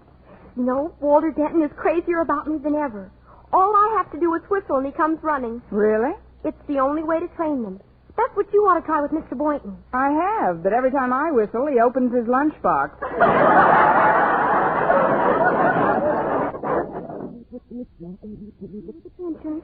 Sometimes his dog-like affection and constant worship becomes absolutely cloying. Well, I wish Mr. Boynton would cloy me once in a while. By the way, Harriet, when Walter takes you out on a date, where do you usually go? Oh, all sorts of places, Miss Brooks. A drive in the country or a long walk in the park. Or sometimes we go to a movie and hold hands. Do you ever go to the zoo? The zoo? Oh, gosh, no. Except when Mr. Boynton takes us there for his monthly lecture. That's where I've got an edge on you kids. I hear it every week. But Mr. Boynton takes you to the movies once in a while, doesn't he? Oh, yes. As a matter of fact, we went last week. Was it romantic? Oh, extremely. We stood in a crowd of people behind a velvet rope for a while, and then an usher said, "There's one down front." Yes? That was the last I saw of Mr. Boynton for 3 hours. I finally got a seat in the balcony. Oh, golly, that's a shame, Miss Brooks. You couldn't hold hands at all, could you? Not even with the long gloves I was wearing. But about those Fridays in the monkey house, Harriet... I'm surprised at you, Miss Brooks. You don't really let Mr. Boynton take you to the monkey house every week, do you? Well, I think it's the monkey house. It can't be the Taj Mahal with all those bananas. Well, if it isn't Madison High's Ferris, may I join this charming bevy of pulchritude? Why, Walter, what a lovely speech. Yes, you are a delightful child, Walter. But if you'll excuse me, Miss Brooks, I'd like to get my entree at the steam table. Oh, can I be of service, fair Harriet? I'll gladly fetch what you want. No, thank you. But if you'll sit up nicely when I return, I'll pat you on the head. Arf, arf. Can I get you anything, Miss Brooks? No, thanks, Harriet. Just bring back a roast beef bone and a can of Strong Heart. Okay, Harriet. You know, I think it's wonderful the way you kids get along. You're very fond of Harriet, aren't you, Walter? Very.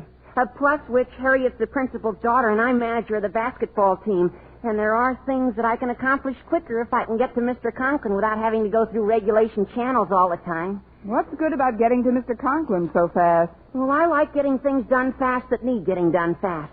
Like New Jersey's, for instance. Like New Jersey's what, for instance? Not New Jersey's anything. New Jersey's for the basketball team. Oh, we need them badly. You do, at that. The ones the team wore in their last game looked awfully fuzzy. They didn't wear any in their last game.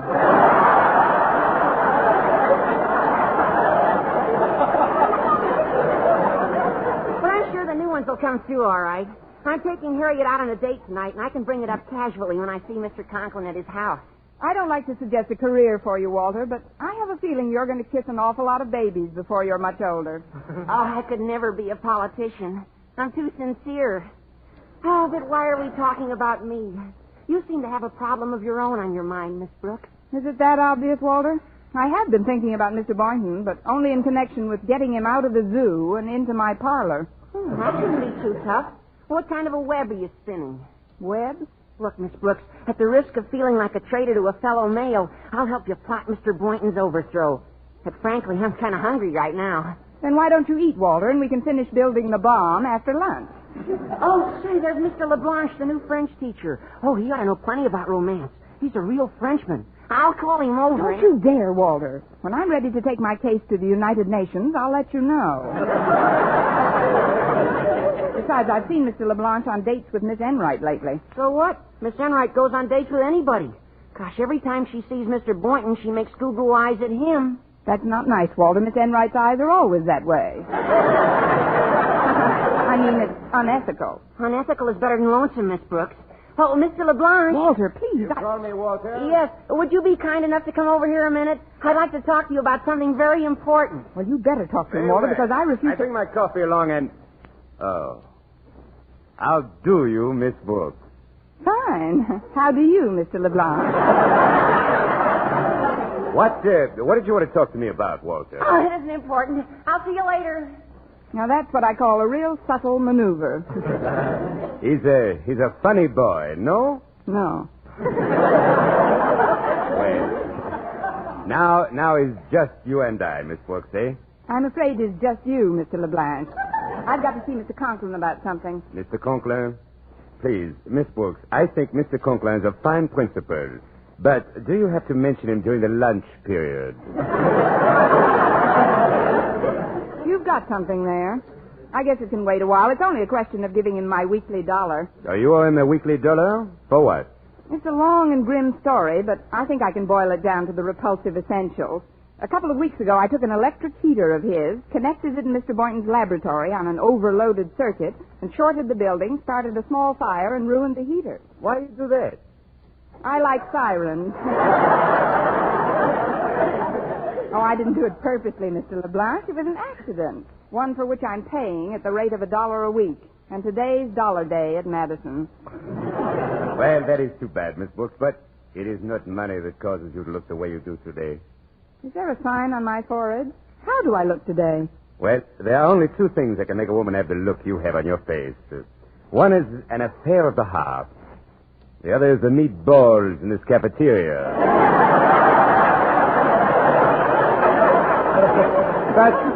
But neither of them is incurable, huh? I'm sure. You haven't eaten those meatballs lately. Look, it's nice of you to try and cheer me up, Mr. LeBlanc. Oh, please, call me Paul. And I'm not trying to cheer you up. I'm trying to help you. First of all, tell me this. Did you receive any messages on Valentine's Day? Oh, scads. I got one from Zimmerman's Bakery, one from the finance company, a lovely little card from Bertie's bicycle shop, in the shape of a pump, that one was. And, oh, yes, a dandy little poem from Sam, our neighborhood scissor sharpener. I think I remember that one. It went, I've applied my grindstone to shears both old and new, but I never met a scissors one half as sharp as you. Wasn't that a peachy sentiment for Valentine's Day? Oh, quite amusing, yes, but not to you, I'm afraid. Because you're not in love with Sam the scissor or Bertie the bicycle. No, my problem is Boynton, the biology. Miss Brooks, since we have taken me into your confidence, I would like to make a suggestion. You must play, how do you say in this country? You must play difficult to acquire. Difficult to acquire? Ah. Oh, you mean hard to get. Precisely. Now tell me the truth. When Mr. Boynton asks you for an engagement, do you ever say no? Well, no. But it isn't just because of Mr. Boynton. I'd hate to disappoint 400 monkeys. That is, I haven't gone out with him much lately at all. Because he do not ask you? Well, I like that. I am glad. Miss Brooks, there's one way to get a man interested that never fails. You must make him jealous. I've tried that, Mr. LeBlanc, but he just doesn't jealous very easily. Ah, yes, but you've tried it only once. That is not enough. How do the big American advertisings work? A repetition, over and over the same thing. What is it you hear on the radio all the time? Smoker Benny. Smoker Benny. If you repeat this often enough, you know what happens? Yeah, Jack gets pretty burned up. No, Mr. LeBlanc, I'm afraid Mr. Boynton is too wrapped up in a frog to pay any attention to me. Oh, but of course, I forget Monsieur le Frog. You know, in France, we have a proverb. Le chemin au cœur d'homme est par son grenelle. Translation? The way to a man's heart is to his frog. Well, that's very touching, but I don't see what it has to It's do. so simple, really. Here you have a man with his little pet, Monsieur le Frog. And here you have a woman with her pet, Mademoiselle la Frog. Now, we convince the man that Monsieur le Frog is lonesome. And where can his poor little frog find companionship? With Mademoiselle la Frog. And when the two little frogs are together, where are the man and the woman? Pricing junior beds for tadpoles.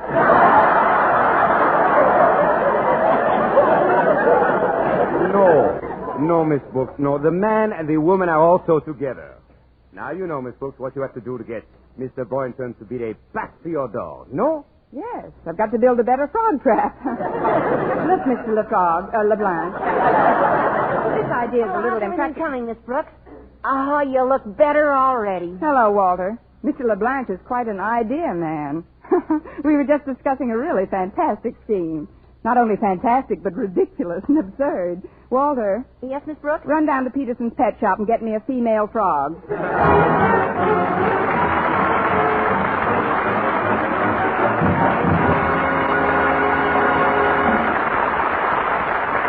Our Miss Brooks, starring Eve Arden, will continue in just a moment. But first, here is Vern Smith.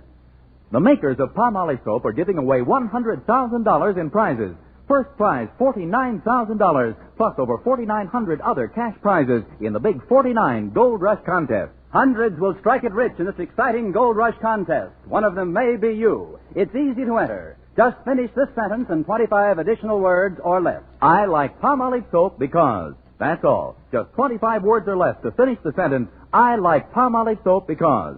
Then mail your entry right away along with a Palmolive soap wrapper. Try for your share of that $100,000 in prizes right now. Your chance of winning $49,000 is as good as anyone. Get entry blank with complete rules from your dealer, or write your completed sentence on plain paper. Include your name and address and dealer's name and address. Mail with one Palmolive soap wrapper for each entry to Gold Rush Contest, Box 49, New York 8, New York. Better write that down. Gold Rush Contest, Box 49, New York 8, New York. Enter as often as you like, including one wrapper with each entry. Get Palmolive soap right away to help win a lovelier complexion and try for your share of the $100,000 in cash prizes.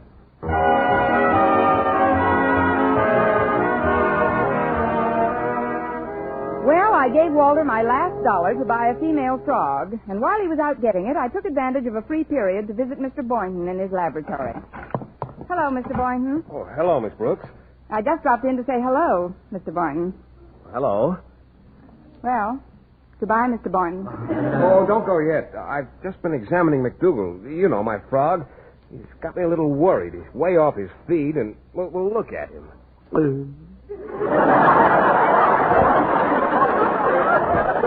Don't you think his eyes pop out more than usual? What did you say? I said, don't you think his eyes pop out more than usual? Yes. For a minute, I thought he was Eddie Cantor. Hi, Mac. Of course, you know what's wrong with Mac, don't you? Oh, no, Miss Brooks, I don't. Well, it's getting very close to spring, and it's just... After all, you raised him from a tadpole, and it's only natural that you should still think of him as your baby, but he's a big boy now. What do you mean, Miss Brooks? Well, just this, Mr. Boynton. Did it ever occur to you that Mac gets lonesome all alone in that cage? Oh, I let him out of the cage quite often. He hops all over the lab. But what good is that? He hasn't got any friends here. Oh, I don't know. There are always a number of guinea pigs around. Of course, he doesn't pay much attention to them. Well, naturally. Guinea pigs make fine friends for other guinea pigs. A frog might crave a different kind of companionship. Well, what about me? I'm very close to McDougal. I've been his constant companion. If I were a frog, I don't think I'd consider that the ideal arrangement either. No, I think I'd want something a little more frog-like. But what are you getting at, Miss Brooks? Look, did you ever sit down and tell McDougal about the birds and bees? Well, what does he want with birds and bees? He won't even make friends with guinea pigs. Well, let me put it this way. Mrs. Davis, my landlady, has a cat named Minerva. Now, around this time of the year, Minerva keeps us both awake half the night with an almost incessant yowling. Well, have you tried giving her a saucer of milk? That's not what she's yowling about, Mr. Boynton. Milk's very expensive with a cat, usually. Yes, I know. And believe me, if I thought it would quiet her down, I'd give her an autographed picture of Elsie the cow. But it won't. She's yowling because she's lonely. Why, Miss Brooks, I didn't know you were so aware of these biological manifestations. Where did you learn all this? My mama done told me.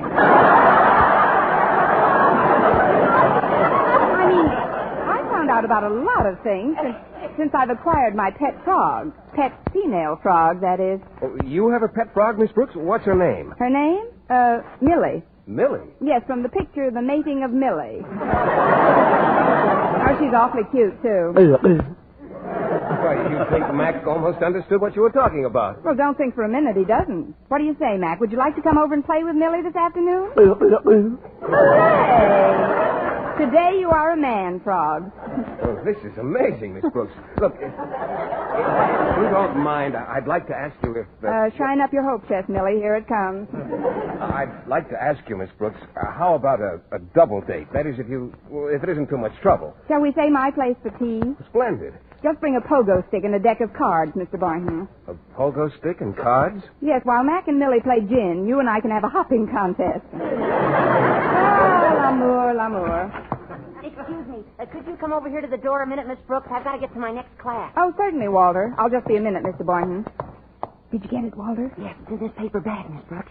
Here. Thanks. That's okay. I hope it works, Miss Brooks. Well, I'll see you in English. What's in the bag, Miss Brooks? This bag? Oh, just a roast beef sandwich Walter brought me. It's a pretty active one. Hey, look out, it's falling out of the bag. Here, let me see that. Here, I've got him. Oh, Miss Brooks, do you realize what you've got here? Sure, an FROG. I didn't want to mention it in front of Mac until we got home. Oh, but this is a male frog. You can always tell. Because in the species Dimorphognathus from West Africa, there's a very apparent dimorphism in the dentition. The male's being provided with a series of large serrated teeth in the lower jaw, which in the female is edentulous. Well, slap me with a wet lily pad. Excuse me, Mr. Boynton. I've got to be running along now. Oh, why, Miss Brooks? I've got to see a boy about a frog. Here, I'll put it back in the bag for you. Now, just hold the top tighter and he won't get away again. I still don't comprehend why you got this male frog. Well, I didn't know how you and McDougal would react to the idea of keeping Millie company, so I thought I'd play safe and get this one, too. Oh, I don't think Mac likes the idea very much. Don't be jealous, Mac. Let him live his own life. We better not come over this afternoon, Miss Brooks. I'm afraid it'd only confuse Mac. Look, Mr. Boynton, I don't care if a frog wants to play hard to get, but there's something I'd like you to remember. Well, what's that, Miss Brooks? Well, I don't want to sound too much like an English teacher, but when one plays hard to get too often, one sometimes don't get got.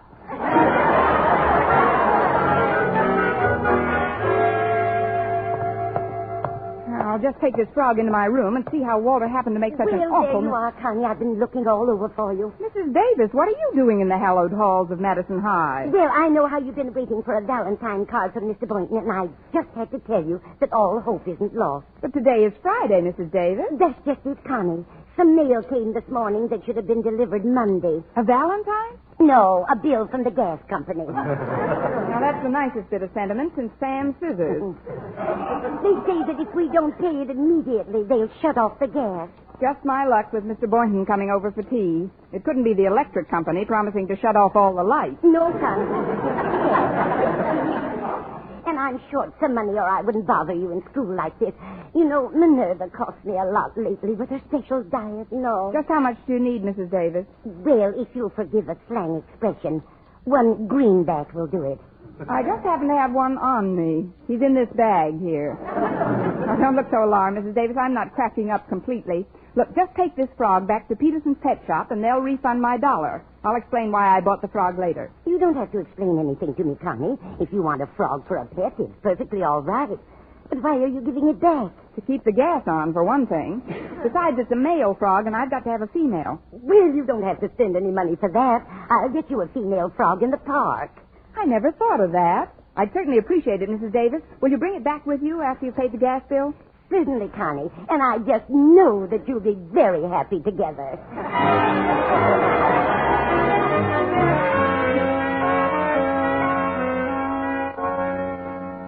And so, class, you were to have these compositions ready by next Tuesday. That's the end of the period. Class dismissed, except Walter Denton. Come up to my desk, Walter. Oh, I'm glad you asked me, Miss Brooks. I wanted to explain about that frog. You see, Mr. Peterson was out to lunch when I got to the pet shop, so I got you one out of the park pond. But was it all right? I mean, was she a girl? No, Walter, she was a boy with big serrated teeth in her lower jaw. And what about the $1 I gave you? Oh, here it is, Miss Brooks. I didn't have time to give it to you before. Thanks, Walter. That'll be all for now, then. I'd better get over to Mr. Conklin's office and make my payment on that heater. Well, here I am, Connie. Hello, Walter. Hello, Mrs. Davis. Goodbye, Mrs. Davis. Well, what do you think, Connie? Mr. Peterson didn't sell Walter that frog at all. I know, Mrs. Davis. But he said it was a very good specimen and traded me a lovely female for him. And instead of giving us any money, he promised that when our frog becomes a husband, we'll get the pick of the litter. I can hardly wait. But where's the female frog? Oh, I had that in a paper bag, and it seemed very insecure. So I put the frog in a desk across the hall. Nobody saw me. Across the hall? But that's Mr. Conklin's office. Mrs. Davis, you wait right here, and if I'm not back in 5 minutes, call the coroner. Now, what is it? Come in. Oh, it's you, Miss Brooks. Please transact whatever business you have in this office in a hurry. I've got an appointment with the doctor. The doctor? What's the matter, Mr. Conklin? Oh, just a checkup. A lot of nonsense, if you ask me. My wife's been telling him all sorts of foolishness about the state of my nerves. To hear her tell it, I've not only got the world's highest blood pressure, but I'm jumpy, anxious, overwrought, But irritable. Mr. Conklin... Don't interrupt!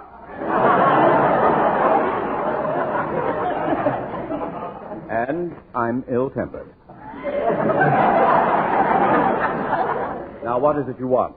I just want to give you $1 towards the heater I accidentally injured. Here. Oh, thanks. Let's sit down for a minute. I'll give you a receipt. I've got a regular Board of Education receipt book around here somewhere. But, Mr. Conklin, your desk drawer... Please, Miss Brooks. Don't tell me where I keep my things. Of course it's in the desk drawer. Let's see now. Book should be right over here next to this blotter. Oh, that's funny. That's it. Oh, here it is over by this frog. Hello, little frog. Miss Brooks, it won't take a moment to get the receipt. Hello, little frog!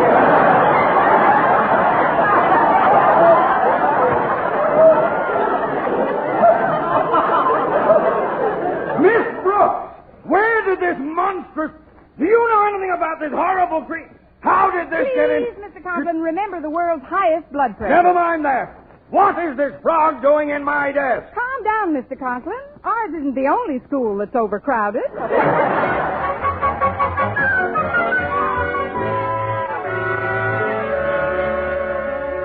I thought you'd never get home from school, Connie. How long did Mr. Conklin spend bowling you out? Oh, it seemed like hours, but actually it was only a few minutes. You should have been there when Mr. Conklin and Millie here faced each other across his desk drawer. Poor thing, her heart hasn't stopped beating yet. Neither is yours, Connie. You're as jumpy as Minerva. Are you sure Mr. Boynton said he'd be over for tea? Oh, definitely, Mrs. Davis. I told him all about how lonely Minerva was and compared her to McDougal. So he's bringing Mac over to meet Millie. It's the first time in weeks we've had a date away from the zoo. Oh. Well, that's Mr. Boynton now. I'll go make the tea, Connie, and you receive him alone. All right, Mrs. Davis, coming. Well, it's nice to see you boys. Come in. Let's go into the living room. Thank you, Miss Brooks. Here's something for Millie. It's from McDougal. Oh? I'll open it for her. Well, wasn't that thoughtful of Mac, Millie? Just what you needed. A clump of wilted lettuce. Here, I'll put it in this little box I keep her in. Oh, I guess Mac wants to see what Millie looks like. Oh, of course. Here, just hold him up. There we are. This is Mac, Millie. I think she likes him. But, Miss Brooks, didn't you say you had a cat on the premises? That's right, Minerva. She usually sleeps in the piano during the day. Here, Minerva, come out of the piano. Oh, well, she'll probably wake up in a little while. Sit down, Mr. Boynton. Oh, before I do, don't you want to open this big box? For me? Well, what in the world can this be? It's a cat, Miss Brooks. I brought him over to keep Minerva company.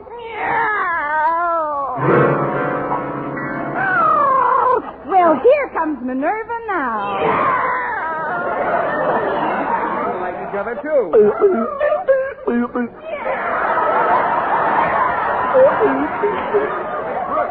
Miss Brooks, where are you going? You know where I'm going. I'll meet you by the third monkey from the left.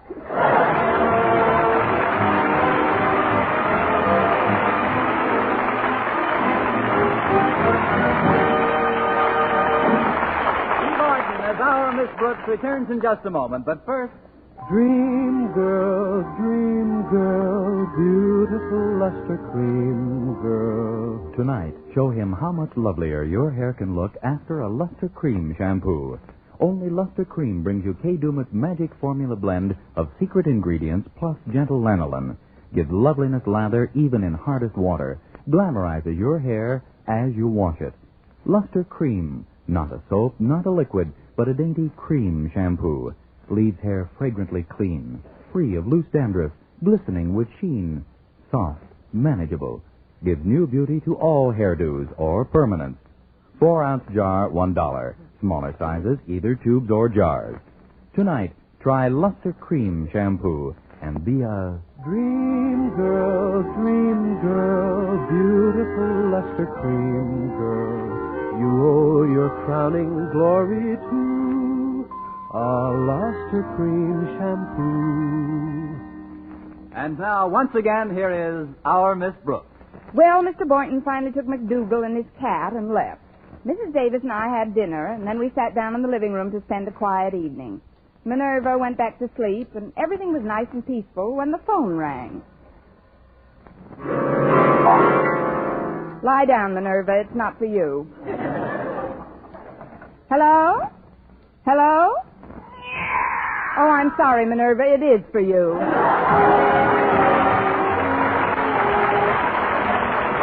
Next week, tune into another Our Miss Brooks show brought to you by Palmolive Soap, Your Beauty Hope, and Luster Cream Shampoo for soft, glamorous, caressable hair. Our Miss Brooks, starring Eve Arden, is produced by Larry Burns, written and directed by Al Lewis, with music by Wilbur Hatch.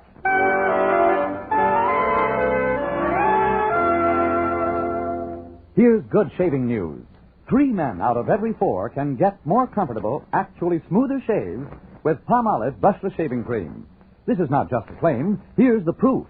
1,297 men tried the Palmolive brushless way to shave described on the tube. And no matter how they shaved before, 3 men out of every 4 got more comfortable, actually smoother shaves. Try Palmolive brushless yourself. See if you don't get more comfortable, actually smoother shaves the proved Palmolive brushless way. For mystery liberally sprinkled with laughs, listen to Mr. and Mrs. North, the exciting, fun-packed adventures of an amateur detective and his beautiful wife. Tune in Tuesday evenings over most of these stations. And be with us again next week at this time for another comedy episode of Our Miss Brooks. Bob Lamont speaking. This is CBS, the Columbia Broadcasting System.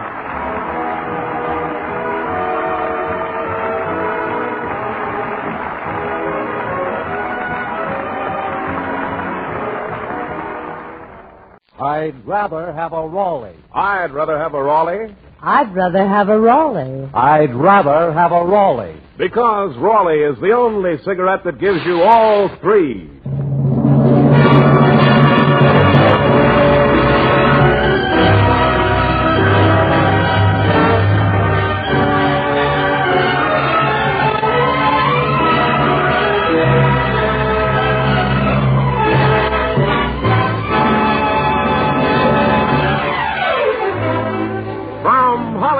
The Raleigh Cigarette Program, starring Red Skelton, with Gigi Pearson, Verna Felton, Pat McGee, and our tiny singer Anita Ellis, our guest Wonderful Smith, David Forrester and his orchestra, and yours truly, Rod O'Connor.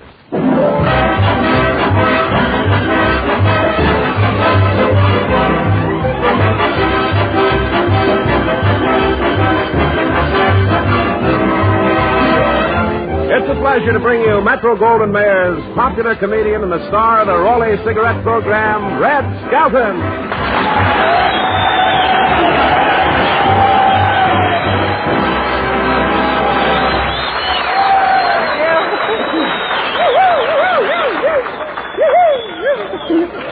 Really happy.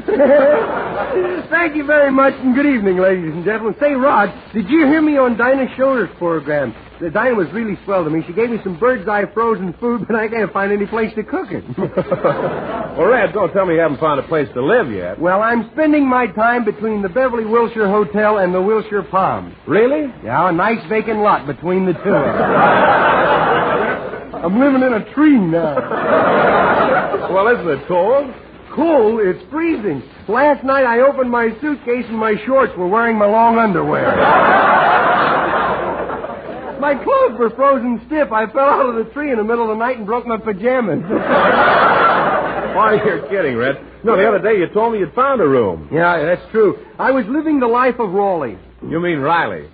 Now, I know the side my sponsor's buttered on.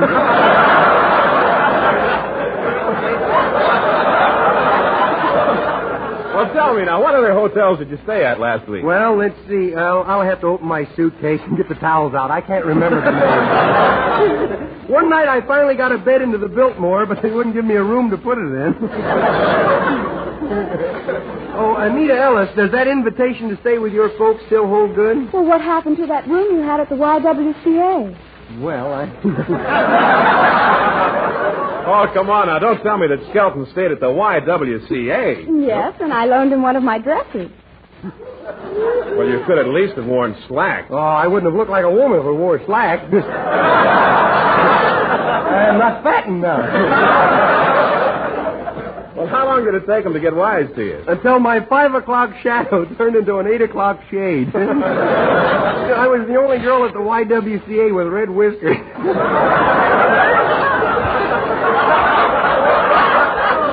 Say, you know, I hear that the landlords are sending a lobby back to Washington, and 18 congressmen are already sleeping in it.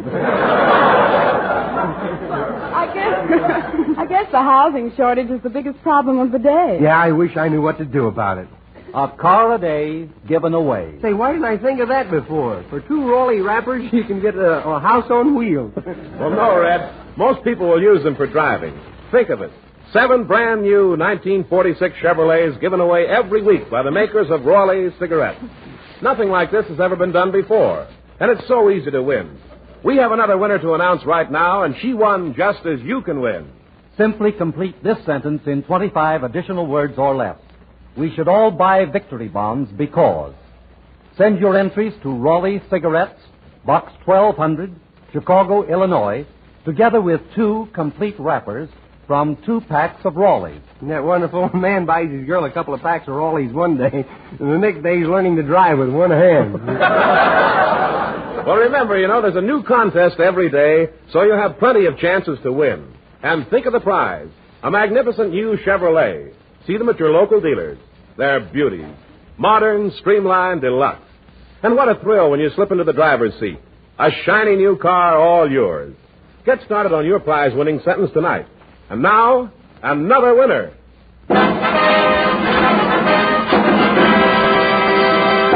Winner of December 15th, Mrs. Ronald E. Colbeck of Portland, Oregon. Congratulations. Okay, Mrs. Colbeck, you can give Junior his scooter back now. And we'll announce more winners before we leave the air tonight. And remember, Raleighs are the only cigarette that gives you all 3. Throat protection, better taste, lasting freshness. Thank you very much, gentlemen. Say, Anita, did I tell you how lovely you look tonight? You always look like you just stepped out of Vogue. Why, thank you, Mr. Skelton. You look a little out of vogue yourself. Do you like my dress? Yes, very much, very much. How do you like my open-toed shoes? Is that what they are? I didn't know if your toes were creeping or your shoes were backing up. Well, if David Forrester will lower the baton, we'll hear Anita Ellis sing, "It's Been a Long, Long Time."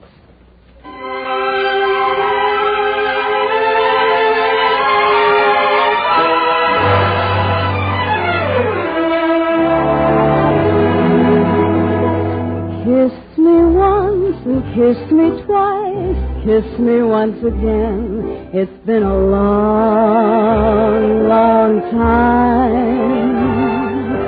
Haven't felt like this, my dear, since can't remember when. It's been a long, long time. You'll never know how many dreams I dreamed about you. But just how empty they all seem without you. So kiss me once, kiss me twice, kiss me once again. It's been a long, long time.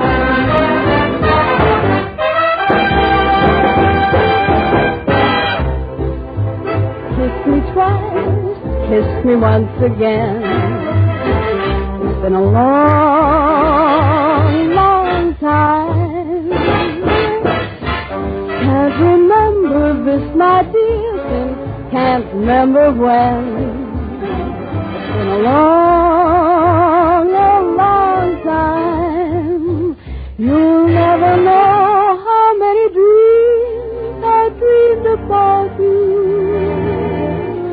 but just how empty they all seem without you. So kiss me once, kiss me twice, kiss me once again. It's been a long, long time.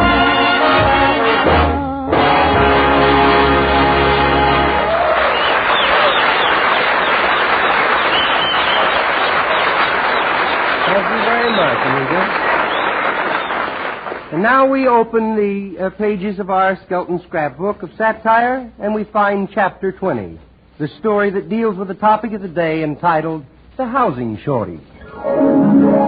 The characters are fictional. If they resemble any people living, them I gotta see.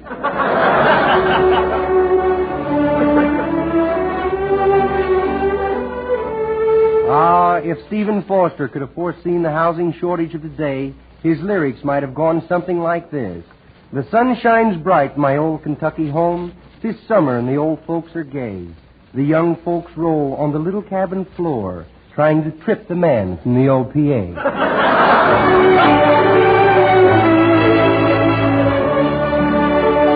Chapter 21. Once upon a time there was a detective named Willie Lump Lump. He solved everything but his own housing problem.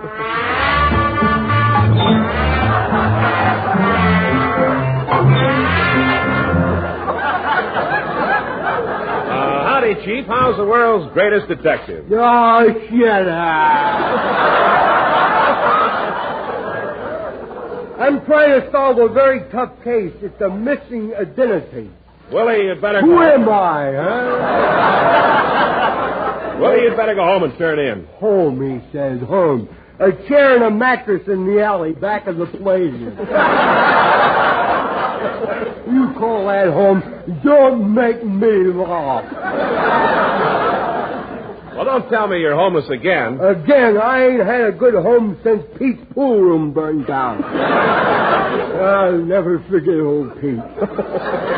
Boy, the way he used to tuck me in the sawdust every night. Well, I guess you'll wind up sleeping in the doghouse. No, I tried that once, you know. My dog said to me, he says, I know a doghouse you can rent. See? So we go down to the place, but the dog in charge wouldn't rent any dog that had people.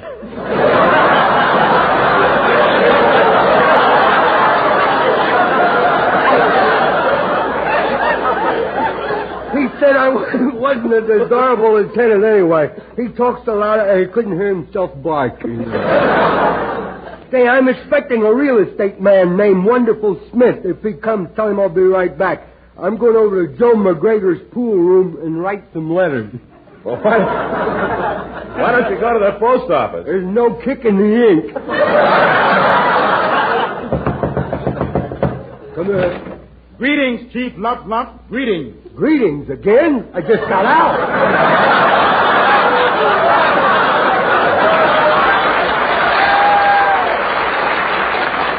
Say, you're a Wonderful Smith from the real estate office. What do you find, huh? Oh, there's good news tonight. I have found you somewhat of a private room. Only 13 in a bed. Bed, that is. 13 in a bed? I can't sleep 13 in a bed. What's the matter, superstitious? No, I just don't like the wear and tear on my hot water bottle. Can you imagine 26 cold feet in the middle of my back? Besides, I can't sleep with strangers. Oh, but hear me out. Hear me out. For $3 extra, they'll give you a personal introduction to the other guests. Well, I'm not interested. Please hear me out. Let me see now what else I got on my list. Oh, yes, here's a house, but it's haunted. Haunted? What's that? Haunted house? Well, that's the house where people used to live, but it's still living.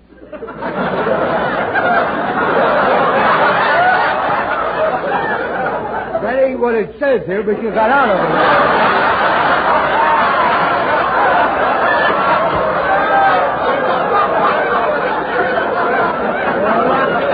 I don't think I'd be interested, you know. I don't like anybody I can see through. I couldn't sleep, you know. Ah, but you'd sleep so well you'd hope you'd never wake up. And they don't guarantee you will. Well, I'm not interested. But hear me out. Please hear me out. I'm hearing. I'm out.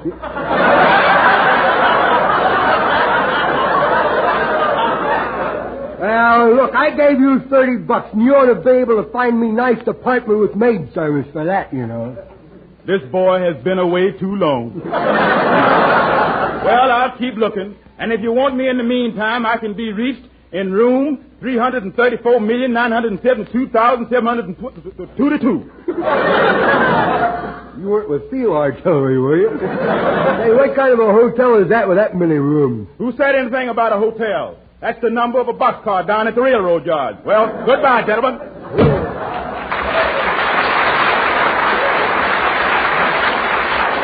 Well, I got that off my mind. I guess I better get back to my detective work.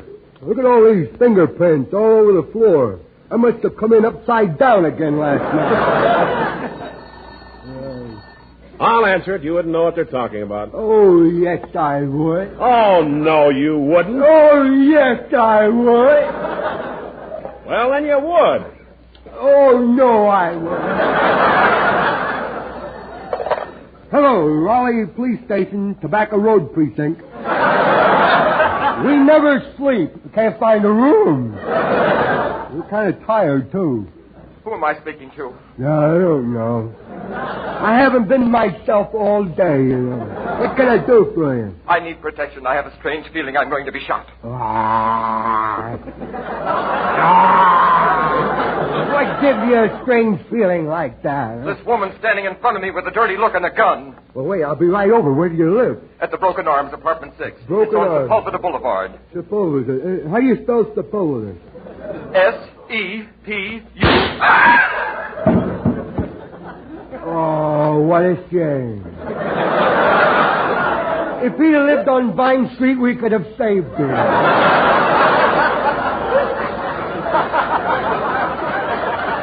Hey, O'Connor, there's been a murder. Let's go. Willie the Lump, the human bloodhound, is on the trail. Okay, let's go. Here's your hat and leash.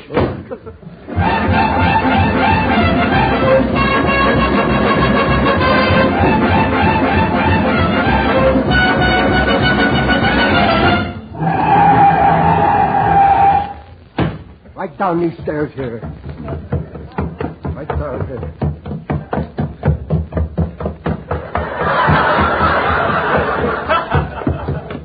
I'm getting the bins.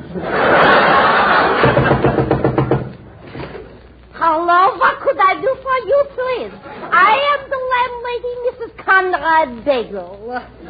Well, I could have sworn you were Mrs. Beebe Eyes. I'm Detective Willie Lump. I got to ask you a few questions. You're the landlady, huh? How old are you? Well, I between 21 summer. Really? Mighty hard winters you put in. This place where the murdered man lived, was it expensive? $50 a month. Yeah, the light and gas furnished, are they? Yes, but what's that got to do with the murdered man? Who cares? You don't think I come over to see an old dead body, do you? How about renting me that apartment? How about it? Are you kidding? I hung the for rent sign out when I heard the shot. Yeah? And the place was rented before he hit the floor.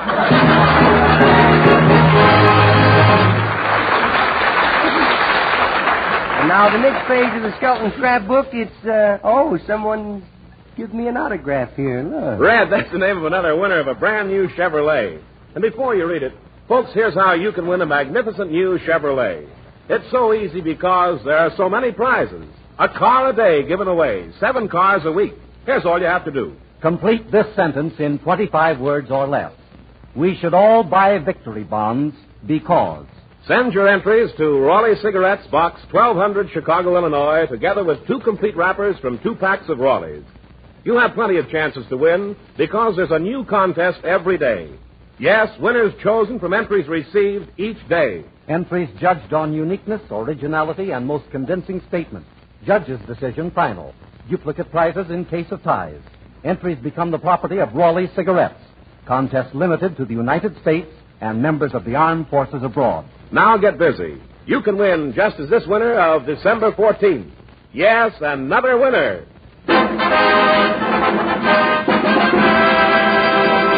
Go on, Red. Tell him. I won't tell him. I'm going to keep it a secret. Oh, go on. Tell him, Red. Okay, Mrs. Helen M. Jackson of Cleveland, Ohio, you did it. You just won a brand new Chevrolet, and congratulations. More winners announced on The Raleigh Room, starring Hildegard, tomorrow night. And now back to John's other fishwife. Chapter 23 in the Skelton scrapbook is a picture of Oklahoma. The musical artist is David Forrester.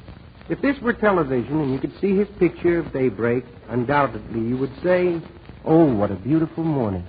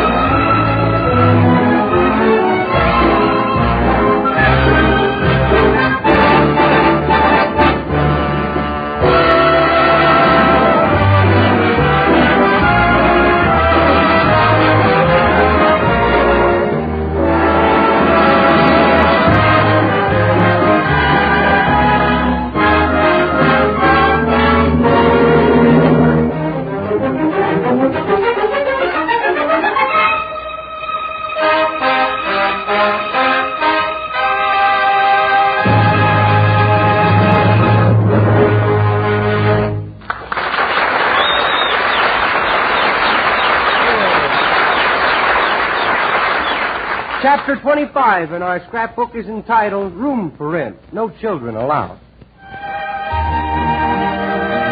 Do you have a tenant that you would like to have moved? If so, call a certain grandmother who is related to the mean widow Ken.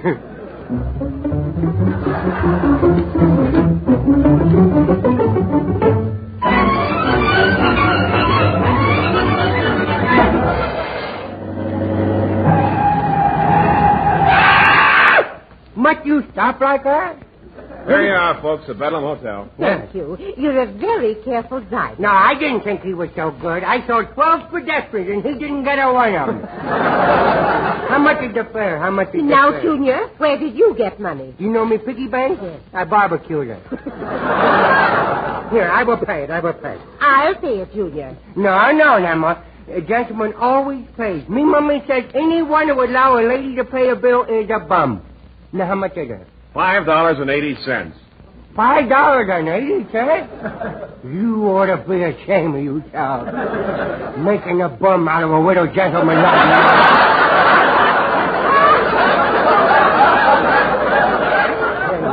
me. Here's the fare, driver. Yeah. Junior, you can pay me back out of your allowance a nickel a week. A nickel a week? Is that a living wage?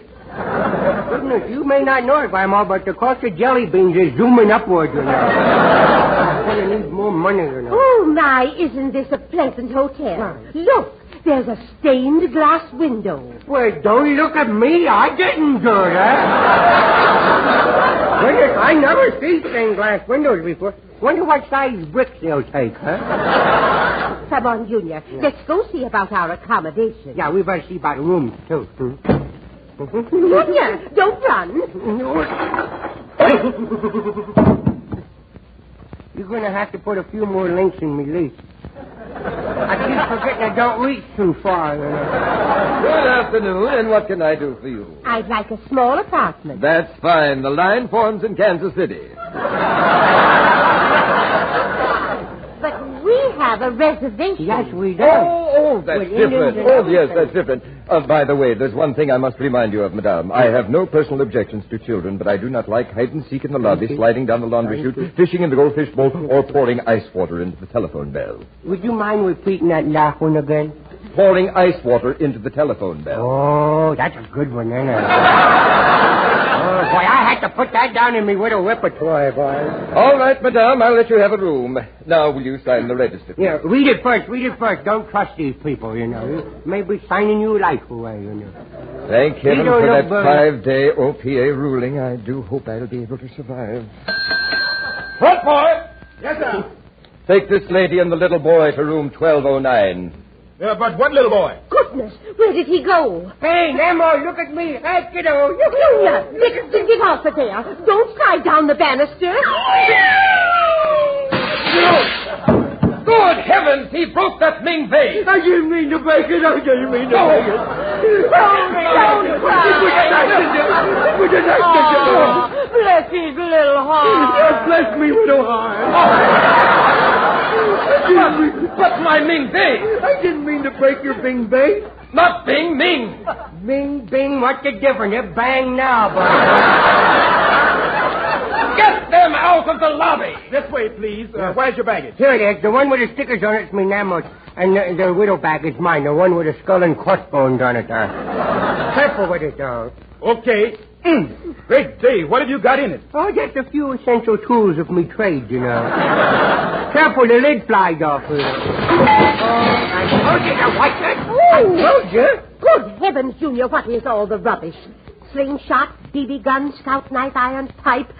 Junior, I'm surprised at you. Stick around, kiddo. You get over that. Here's the elevator, madam. Okay.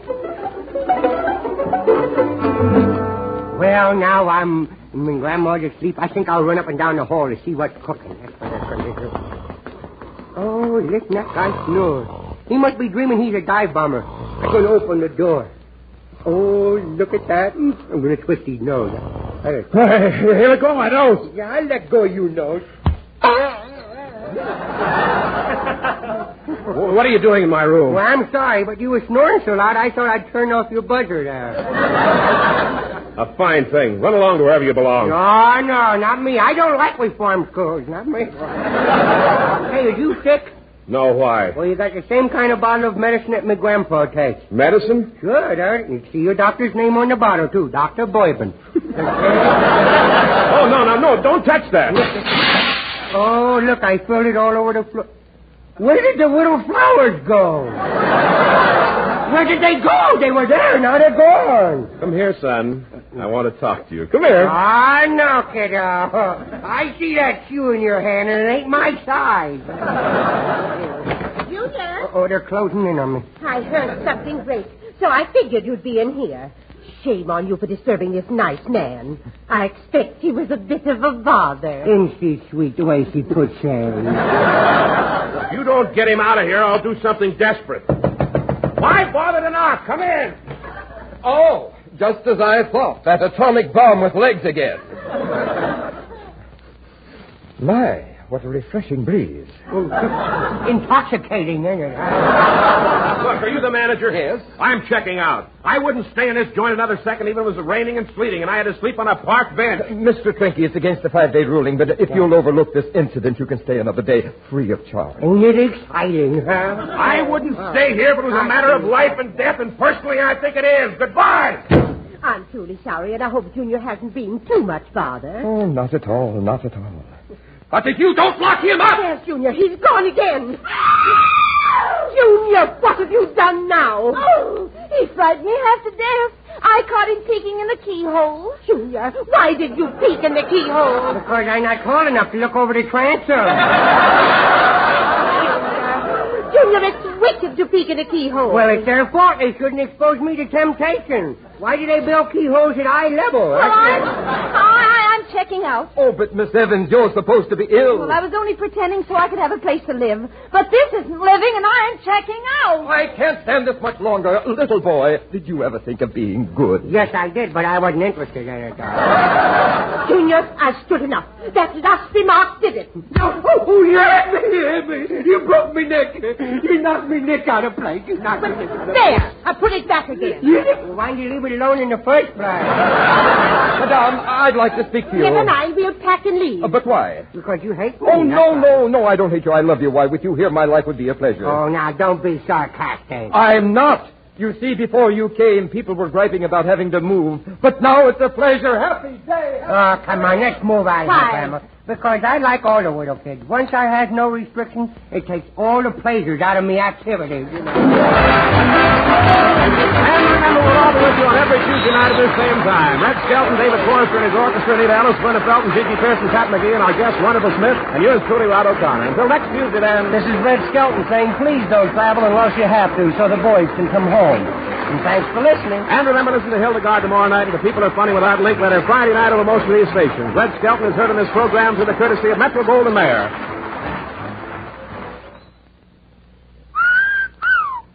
Sir Walter Raleigh. That's the tobacco that leaves your pipe as clean as a whistle. It's carefully blended from rich, ripe burleys and mellowed with just a touch of rum to balance the natural, full-bodied flavor. Get Sir Walter Raleigh, the quality pipe tobacco of America.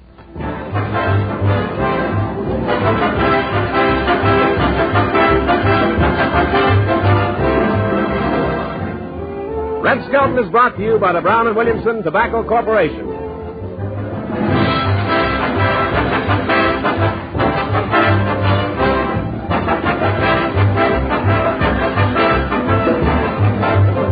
Broadcasting Company. Oh, waiter. Yes, sir? I'll have the veal cutlet, garden peas, a tossed green salad, and a bottle of cold Pabst Blue Ribbon. Yes, sir. Finest beer served anywhere. Enjoy the life of Riley with Pabst Blue Ribbon beer. Whenever you take a taste of it, you give it a hearty cheer. Again and again and again and again, it's Pabst Blue Ribbon you'll buy. Again and again and again and again, your taste will tell you why. So enjoy the life of Riley with Pabst Blue Ribbon beer. With Pabst Blue Ribbon beer. Pabst Blue Ribbon, finest beer served anywhere.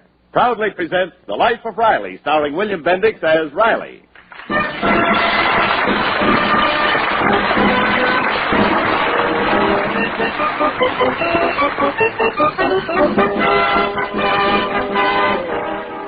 Saturday is the best day of the week for Chester A. Riley, at least theoretically. He only works half the day and has a long, free afternoon which he can then spend with his family. All week long, he looks forward to it. And so, every Saturday afternoon around 1 o'clock, you'll see an eager, smiling, somewhat breathless Riley bounding up the steps of 1313 Blueview Terrace, flinging open the door and shouting happily, Okay, folks, strike up the band. Riley's home. Hiya, Peg. Hello, dear. Goodbye now. Goodbye. Yes, I've got my knitting club this afternoon. Oh, I left your lunch in the oven. All you have to do is heat it up, and if I'm not home by 5 o'clock, start peeling the potatoes for dinner. Yeah, but Peg, I thought... Hey, Mom, did you see my sweater? Well, hello, Junior. Bye, Pop. Goodbye now. Where are you going? The movies. Yeah, but I... Mother, could you let me have $1? Well, hello, Betsy. Hello, Daddy. Here, I'll give my little girl $1. Thanks, Daddy. Bye now. Wait a minute. Don't nobody make a move. But, Pop, Stay where you are. What's going on here, anyway? It's a fine way to act. I can hardly wait for Saturday afternoon to come along so as I can see my family for a change. I open the door and 3 of you are out before I can even shut it. But, Daddy... You ought to have a little more consideration, Babs. Junior, I don't mind so much. I bump into him in the bathroom a couple of times a week. And your mother, well, I see her. After all, we room together. But you, I don't see you all week long. At night when I'm home, you're downtown in the library studying. You say... When I come home Saturday, the one chance I get to talk to you, and all you ever say to me is, goodbye now, goodbye now. What's the matter? Am I so boring to talk to? Am I so stupid? Am I such a dope? Don't any of you dare answer that. I'm sorry, Daddy, but Helene Bidwell's having the gang over. We're going to watch the football game on her television set. Now, why don't you have the gang over here? This place? And what's wrong with this place? Well, nothing, only... Well, this place is so small. Oh, fine thing. You hear that, Peg? She's ashamed of this house. I worked hard all my life so I could have a decent home. Who did I do it for? For you? For me? No, for our kids, so they can entertain their friends. And believe me, it hurts to hear your own daughter say she's ashamed of her home. She likes Helene's home better. I'm not ashamed of it, but it's just ridiculous to compare our house with Helene's. Why, she's got a music room that's twice the size of our living room. So maybe we ain't got a music room, but if you want music, you got everything you need right here in this room. There's nothing wrong with that piano. It's got a perfect tone. You see, Daddy, that's what I mean. Oh, I'm ashamed of that old thing myself. No, it ain't my fault. Your old man gave it to us for a wedding present. Maybe it ain't exactly the latest model, but that's no reason a girl should never stay in her own house. Lately, you're always over at that Helene Bidwell's. How come you're so chummy with her all of a sudden? You're always saying you can't stand her. Well, I'm not mad about her. Yeah, she doesn't go there to see Elaine. She goes there to see her boyfriend. Shut up, Junior. What? What's this about a boyfriend? What? His name's Richard Franklin, and she's crazy about him. But he won't give her a tumble. You mind your own business. Daddy, you've got to do something about Junior. He's just impossible. Always listening to my phone conversations. Sneaky little spy. Junior, I've told you 1,000 times there's nothing lower than a spy. What else do you know about this fellow, Junior? Well, he's kind of... Oh, he's just a boy I met at school. Yeah, well, how old is he? What kind of a family does he come from? What does his father do? Well, he's about 20. His father's in the television business, RCA Victor. My goodness, I don't see why I have to go through a third degree every time I meet a boy. Oh, Riley, stop pestering her, will you? I got a right to know what kind of boy she's seeing. Why don't you bring him around, introduce him to your family some Saturday afternoon instead of going to Helene Bidwell's? Daddy, you don't understand. Dick likes to watch the football games on television, and Helene has a wonderful set. Well, you can still bring him here and entertain him for a couple of hours. But what'll we do? What do you mean, what'll you do? When I was courting your mother, we didn't have no television, and you can do the same thing that we did. Never mind, I'm getting a television. Now, wait, Riley. But we can't afford a television set. Now, look, Peg, I don't want my little girl to be ashamed of bringing her boyfriends in the house. I'm not ashamed, Daddy. But, Riley, where'll we get the money? Don't you worry. I'll figure out something. Babs, you invite this here Richard over for next Saturday, and we'll have a television here that'll knock his eye out. Oh, Daddy, you're wonderful. But I got one condition. I expect to see more of you from now on. I want you should treat me with a little respect and want to be with me. Oh, Daddy, don't be silly. We love to be with you. Sure, Pop. You're okay with us. You'll be seeing plenty of us. Oh, maybe we have neglected you, dear, but we still love you. And from now on, you won't be able to get rid of us. Right, kids? That's right. You bet. Well, that's the way I like my family. Well, goodbye now. Wait a minute. Goodbye now. Hey, come back. You can't go. Trapped.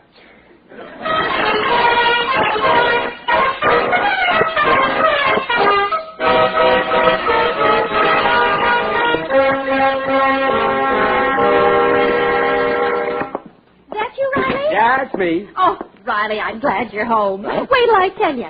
I was out this afternoon. There was nobody home except Junior. And some company delivered a television set here. Oh, they did? And what a set. Come on in here and take a look at it. Oh, boy, it covers the whole wall. You like it, huh? Well, who wouldn't like it? That model cost $2,300. Imagine delivering a set like that by mistake. That's no mistake. What? Oh, I told you I was getting a television, didn't I? Well, yes, but I figured a set for around $200. But this one, how can we pay for it? Who's paying for it? What are you talking about? Well, I went in to get a cheap set, and then I saw this one, and the sign said you can have it for a free 10-day trial. If you don't like it, you give it back. And I guarantee after 10 days, much as we love it, we ain't going to like it.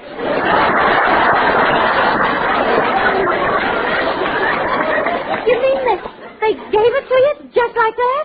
Well, no, they asked what work I do, of course, so I told them I'm an associate of Carl Stevenson of Stevenson Aircraft. Associate. But you didn't tell them associate means a $60 a week riveter. They probably think What that you're... they think is none of my business. If I happen to have the face of an executive, well, all right, maybe I haven't got the face, but I got the stomach of one. Well, what possessed you to do a crazy thing like this? For Babs, you want her to be ashamed to bring friends in the house?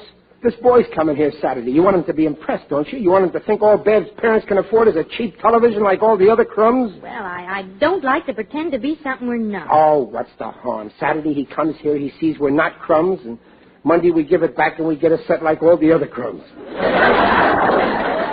I don't like this free trial business. And I don't like to get anything unless we intend to pay for it. All right, maybe we'll pay for it. Oh, $2,300. Well, why not? On time. Say $1 a week. That's 2,300 weeks. That's 600 months. That's 50 years. Well, the way I figured, if Junior gets married at the age of 13, his grandchildren can make the last payment.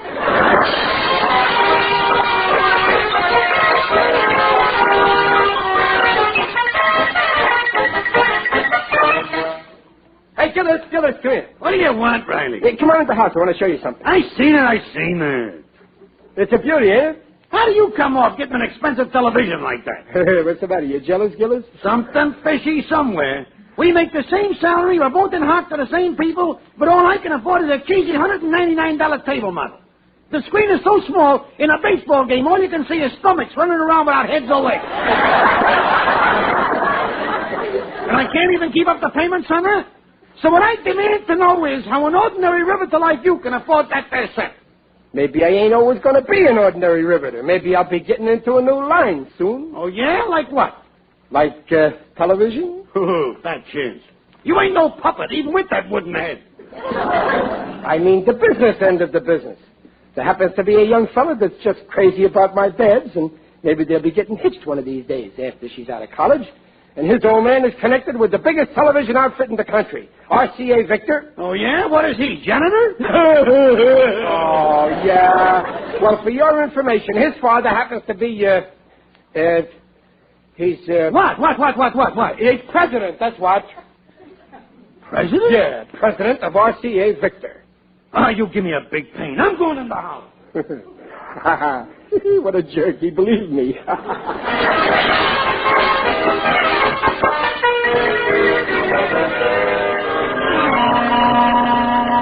Can you beat that, honeybee? Some guys have all the luck. Are you sure? Sure. I tell you, this kid's old man is the president of RCA Victor. Riley's too dumb to make up a thing like that. That's probably how he got that expensive set. Sure, that's it. Got it for nothing. And that Peg Riley didn't say a word about this. It's just like her. I guess we're not good enough for her now. But I'm going to phone her right now. Hello? Hello, Peg. This is Honeybee. Congratulations, Peggy, darling. Well, what for? He's quite a catch. Who is? Oh, you know who I mean. Babs's boyfriend. Huh? We're certainly moving up in the world, aren't we? What are you talking about, Honeybee? Oh, it's no use trying to pretend with me, Peg. Everybody knows his father's the president of RCA Victor.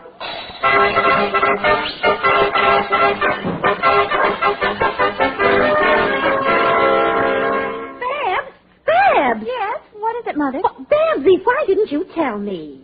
Tell you what? About Richard. Well, after all, dear, it isn't every day you entertain the son of the president of RCA Victor. Who, Richard? But didn't you know? I know. No, he never talked much about his family. Are you sure, Mother? Who told you? Honeybee Gillis. Oh, that woman knows everything. Oh, wait till Daddy hears. Will he be surprised? Hiya, girls. And who's going to surprise who? Daddy, guess what? Do you know who Richard is? What Richard? Richard Franklin, the boy who's coming here Saturday. Oh, yeah, what about him? Oh, nothing much. Only his father happens to be president of RCA Victor. President? His father president? Really? He really is, really? Yes, Daddy. Everybody knows. What a lucky guess. What? I said father knows best. You see, Peg, that was a pretty shrewd move when I got that expensive model from his father's company yet. Boy, that are really impressive. I ain't so dumb, huh, Peg? You know, boys like that don't marry into families that are just nobody. Oh, Daddy, don't talk like that. I've only known Richard 2 weeks. I'm not even thinking of marriage. Well, don't worry, I am.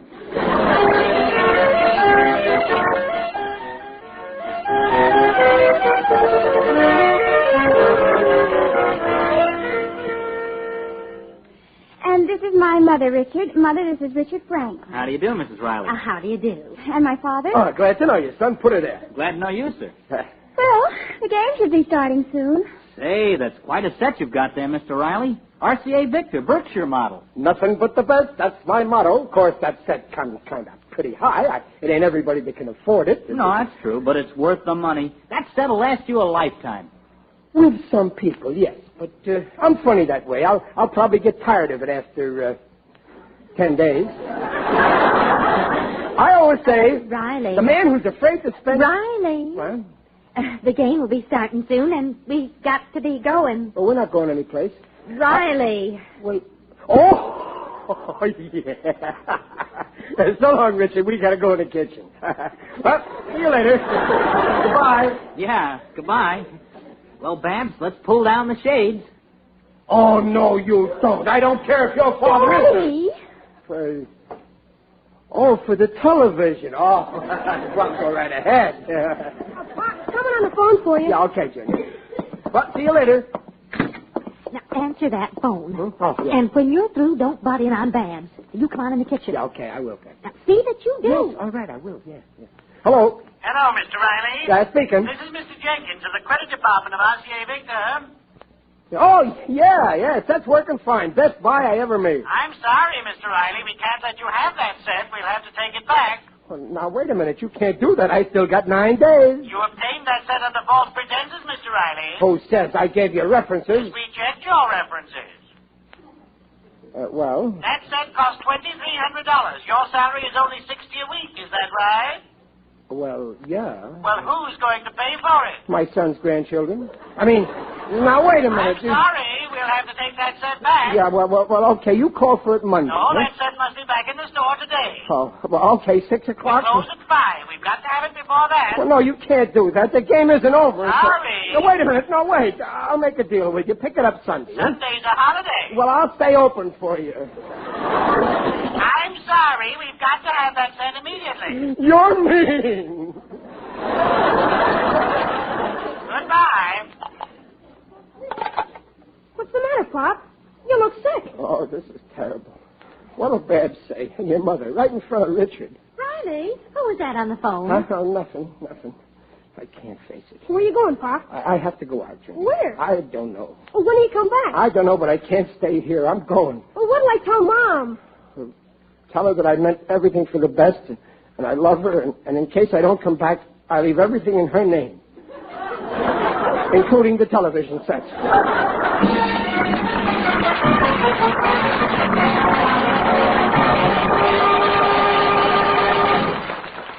Pabst Blue Ribbon will bring you the second act of The Life of Riley in just a moment. This is a blue ribbon country. Wherever you go, east, west, north, or south, you'll find Americans enjoying the good things of life. Yes, living the life of Riley with Pabst Blue Ribbon beer. In Chicago's Loop District, the bookkeeper, homeward bound, spots a Pabst Blue Ribbon sign in a friendly tavern window and treats himself to a tall, foaming glass of the finest beer served anywhere. In Denver, Colorado, a traveling salesman picks up his hotel phone, calls room service, and orders a bottle of Pabst Blue Ribbon. In the deep leather chairs of a Fifth Avenue club, 2 elderly businessmen relax over a game of chess and a couple of cold bottles of their favorite Pabst Blue Ribbon. Yes, this is a blue ribbon country. And whether you're a great movie star like Gary Cooper, or a great general like Hap Arnold, or, well, just a guy named Joe, you can live the life of Riley with Pabst Blue Ribbon. Finest beer served anywhere. Your taste will tell you why. You'll hear it everywhere. Finest beer served anywhere. 33 fine brews. Blend that into one great beer.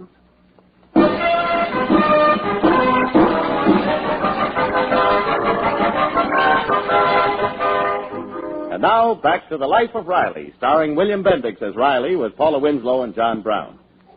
For the last half hour, Riley has been wandering aimlessly through the streets in a driving rain. I've got to get away from the house.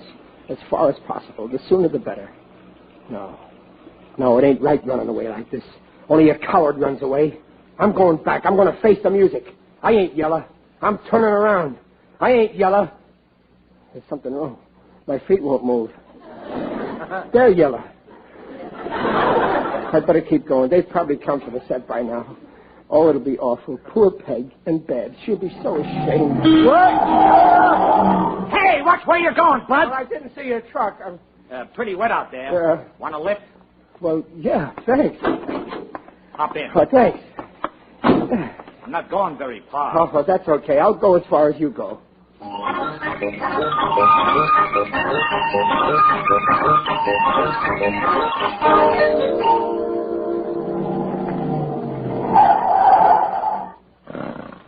Hey, wake up, bud. Maybe. What? Oh. This is as far as we go. Oh, thanks. Come on, Joe. This is the place. Let's go. Where are we? 1313 Blueview Terrace. You live here? Nah, got to pick up a television set here. A guy called Riley. Oh, that deadbeat. What a revolting development this is.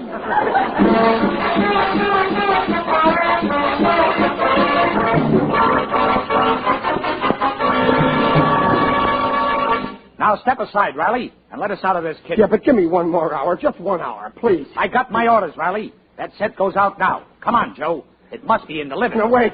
You don't understand. My daughter's in there with her boyfriend. It'll be awful. Gee, I'm sorry, Riley. All right, then just give me 2 minutes. I'll try to get him out of the house so she won't be embarrassed. So just 2 minutes. Well, okay. Make it snappy.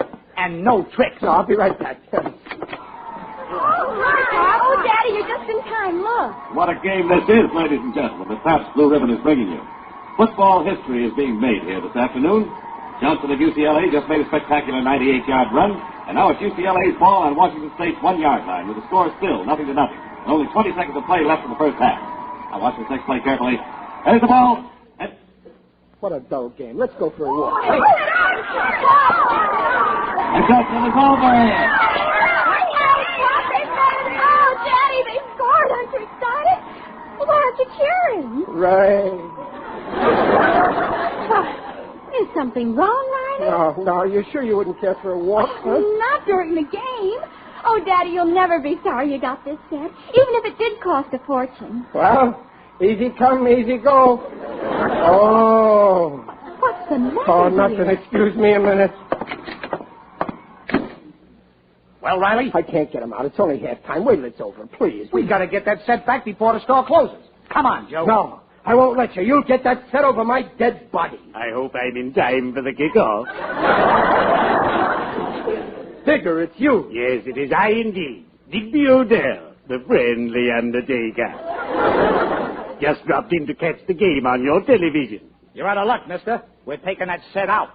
How come, Riley? Don't you own it? No, I just got it on a 10-day trial. What an odd way to do business. Nobody ever takes my merchandise on a 10-day trial. We're strictly cash and carry. Come on, Riley. Out of the way. Can't you wait another hour? It's such a little favor. Listen, Riley, I got my orders. As long as that set ain't paid for, out it goes. Oh, Digger, you talk to him. Sorry, Riley. It's the same in my business. Our motto is, better dig it up, or we'll dig you up. No, but they can't take it now. Babs is entertaining her boyfriend in there. Oh, my, this is embarrassing.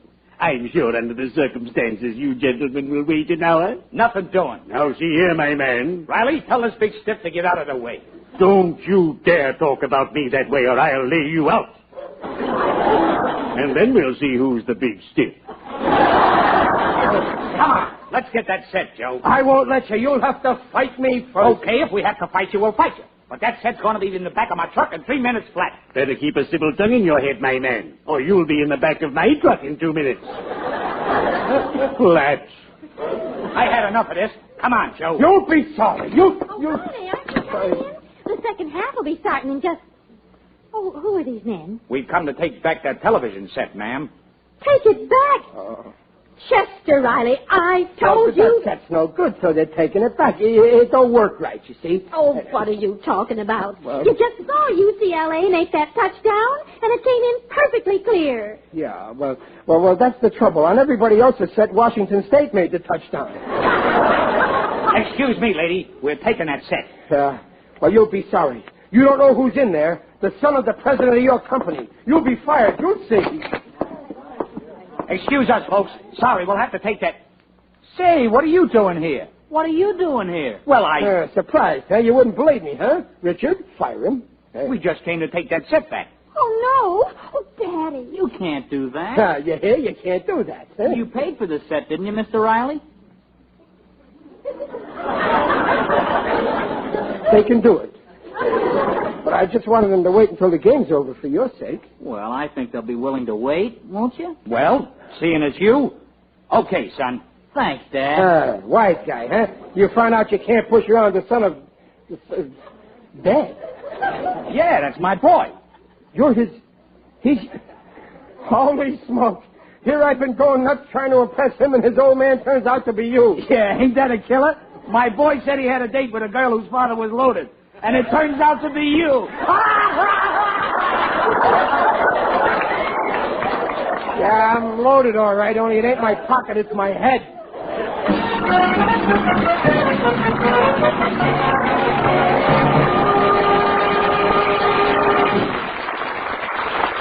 The Rileys will be back with us in just a moment. You'll appreciate Pabst Blue Ribbon's compact new Handy 6 carton. It contains 6 regular-sized cans of Pabst Blue Ribbon, and it's fitted with a clever little handle that makes it a cinch to carry. Get the Handy 6 tomorrow morning and live the life of Riley this weekend with Pabst Blue Ribbon. Finest beer served. Anywhere. Your taste will tell you why.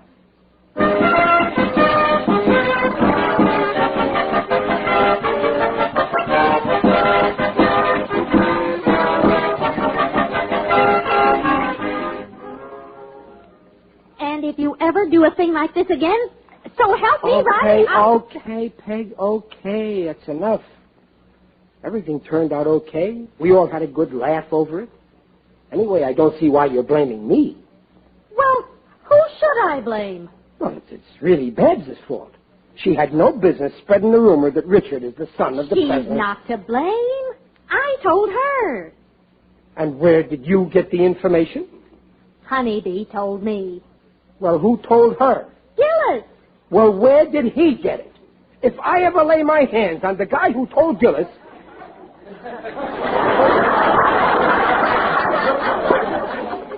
It's a losing fight.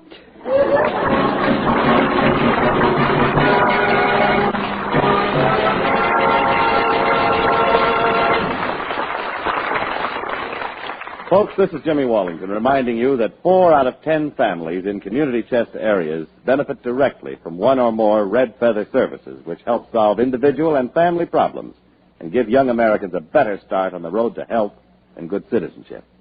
Let's all give to our community chest now. Remember, love costs money. Thank you.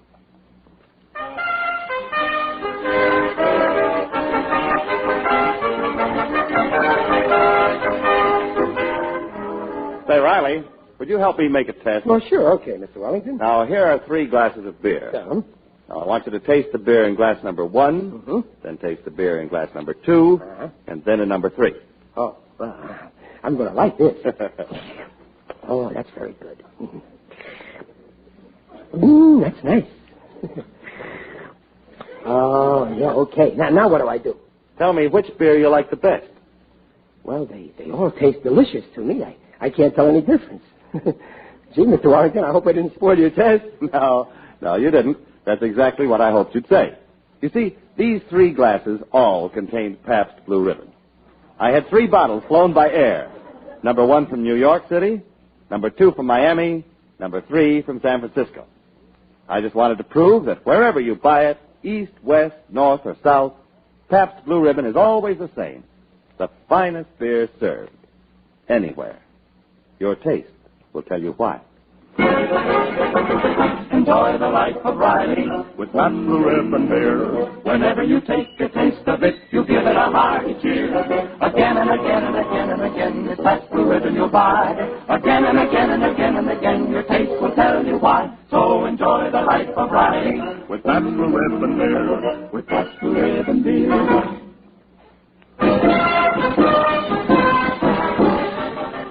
Pabst Blue Ribbon invites you to join us again next week to hear The Life of Riley, starring William Bendix as Riley.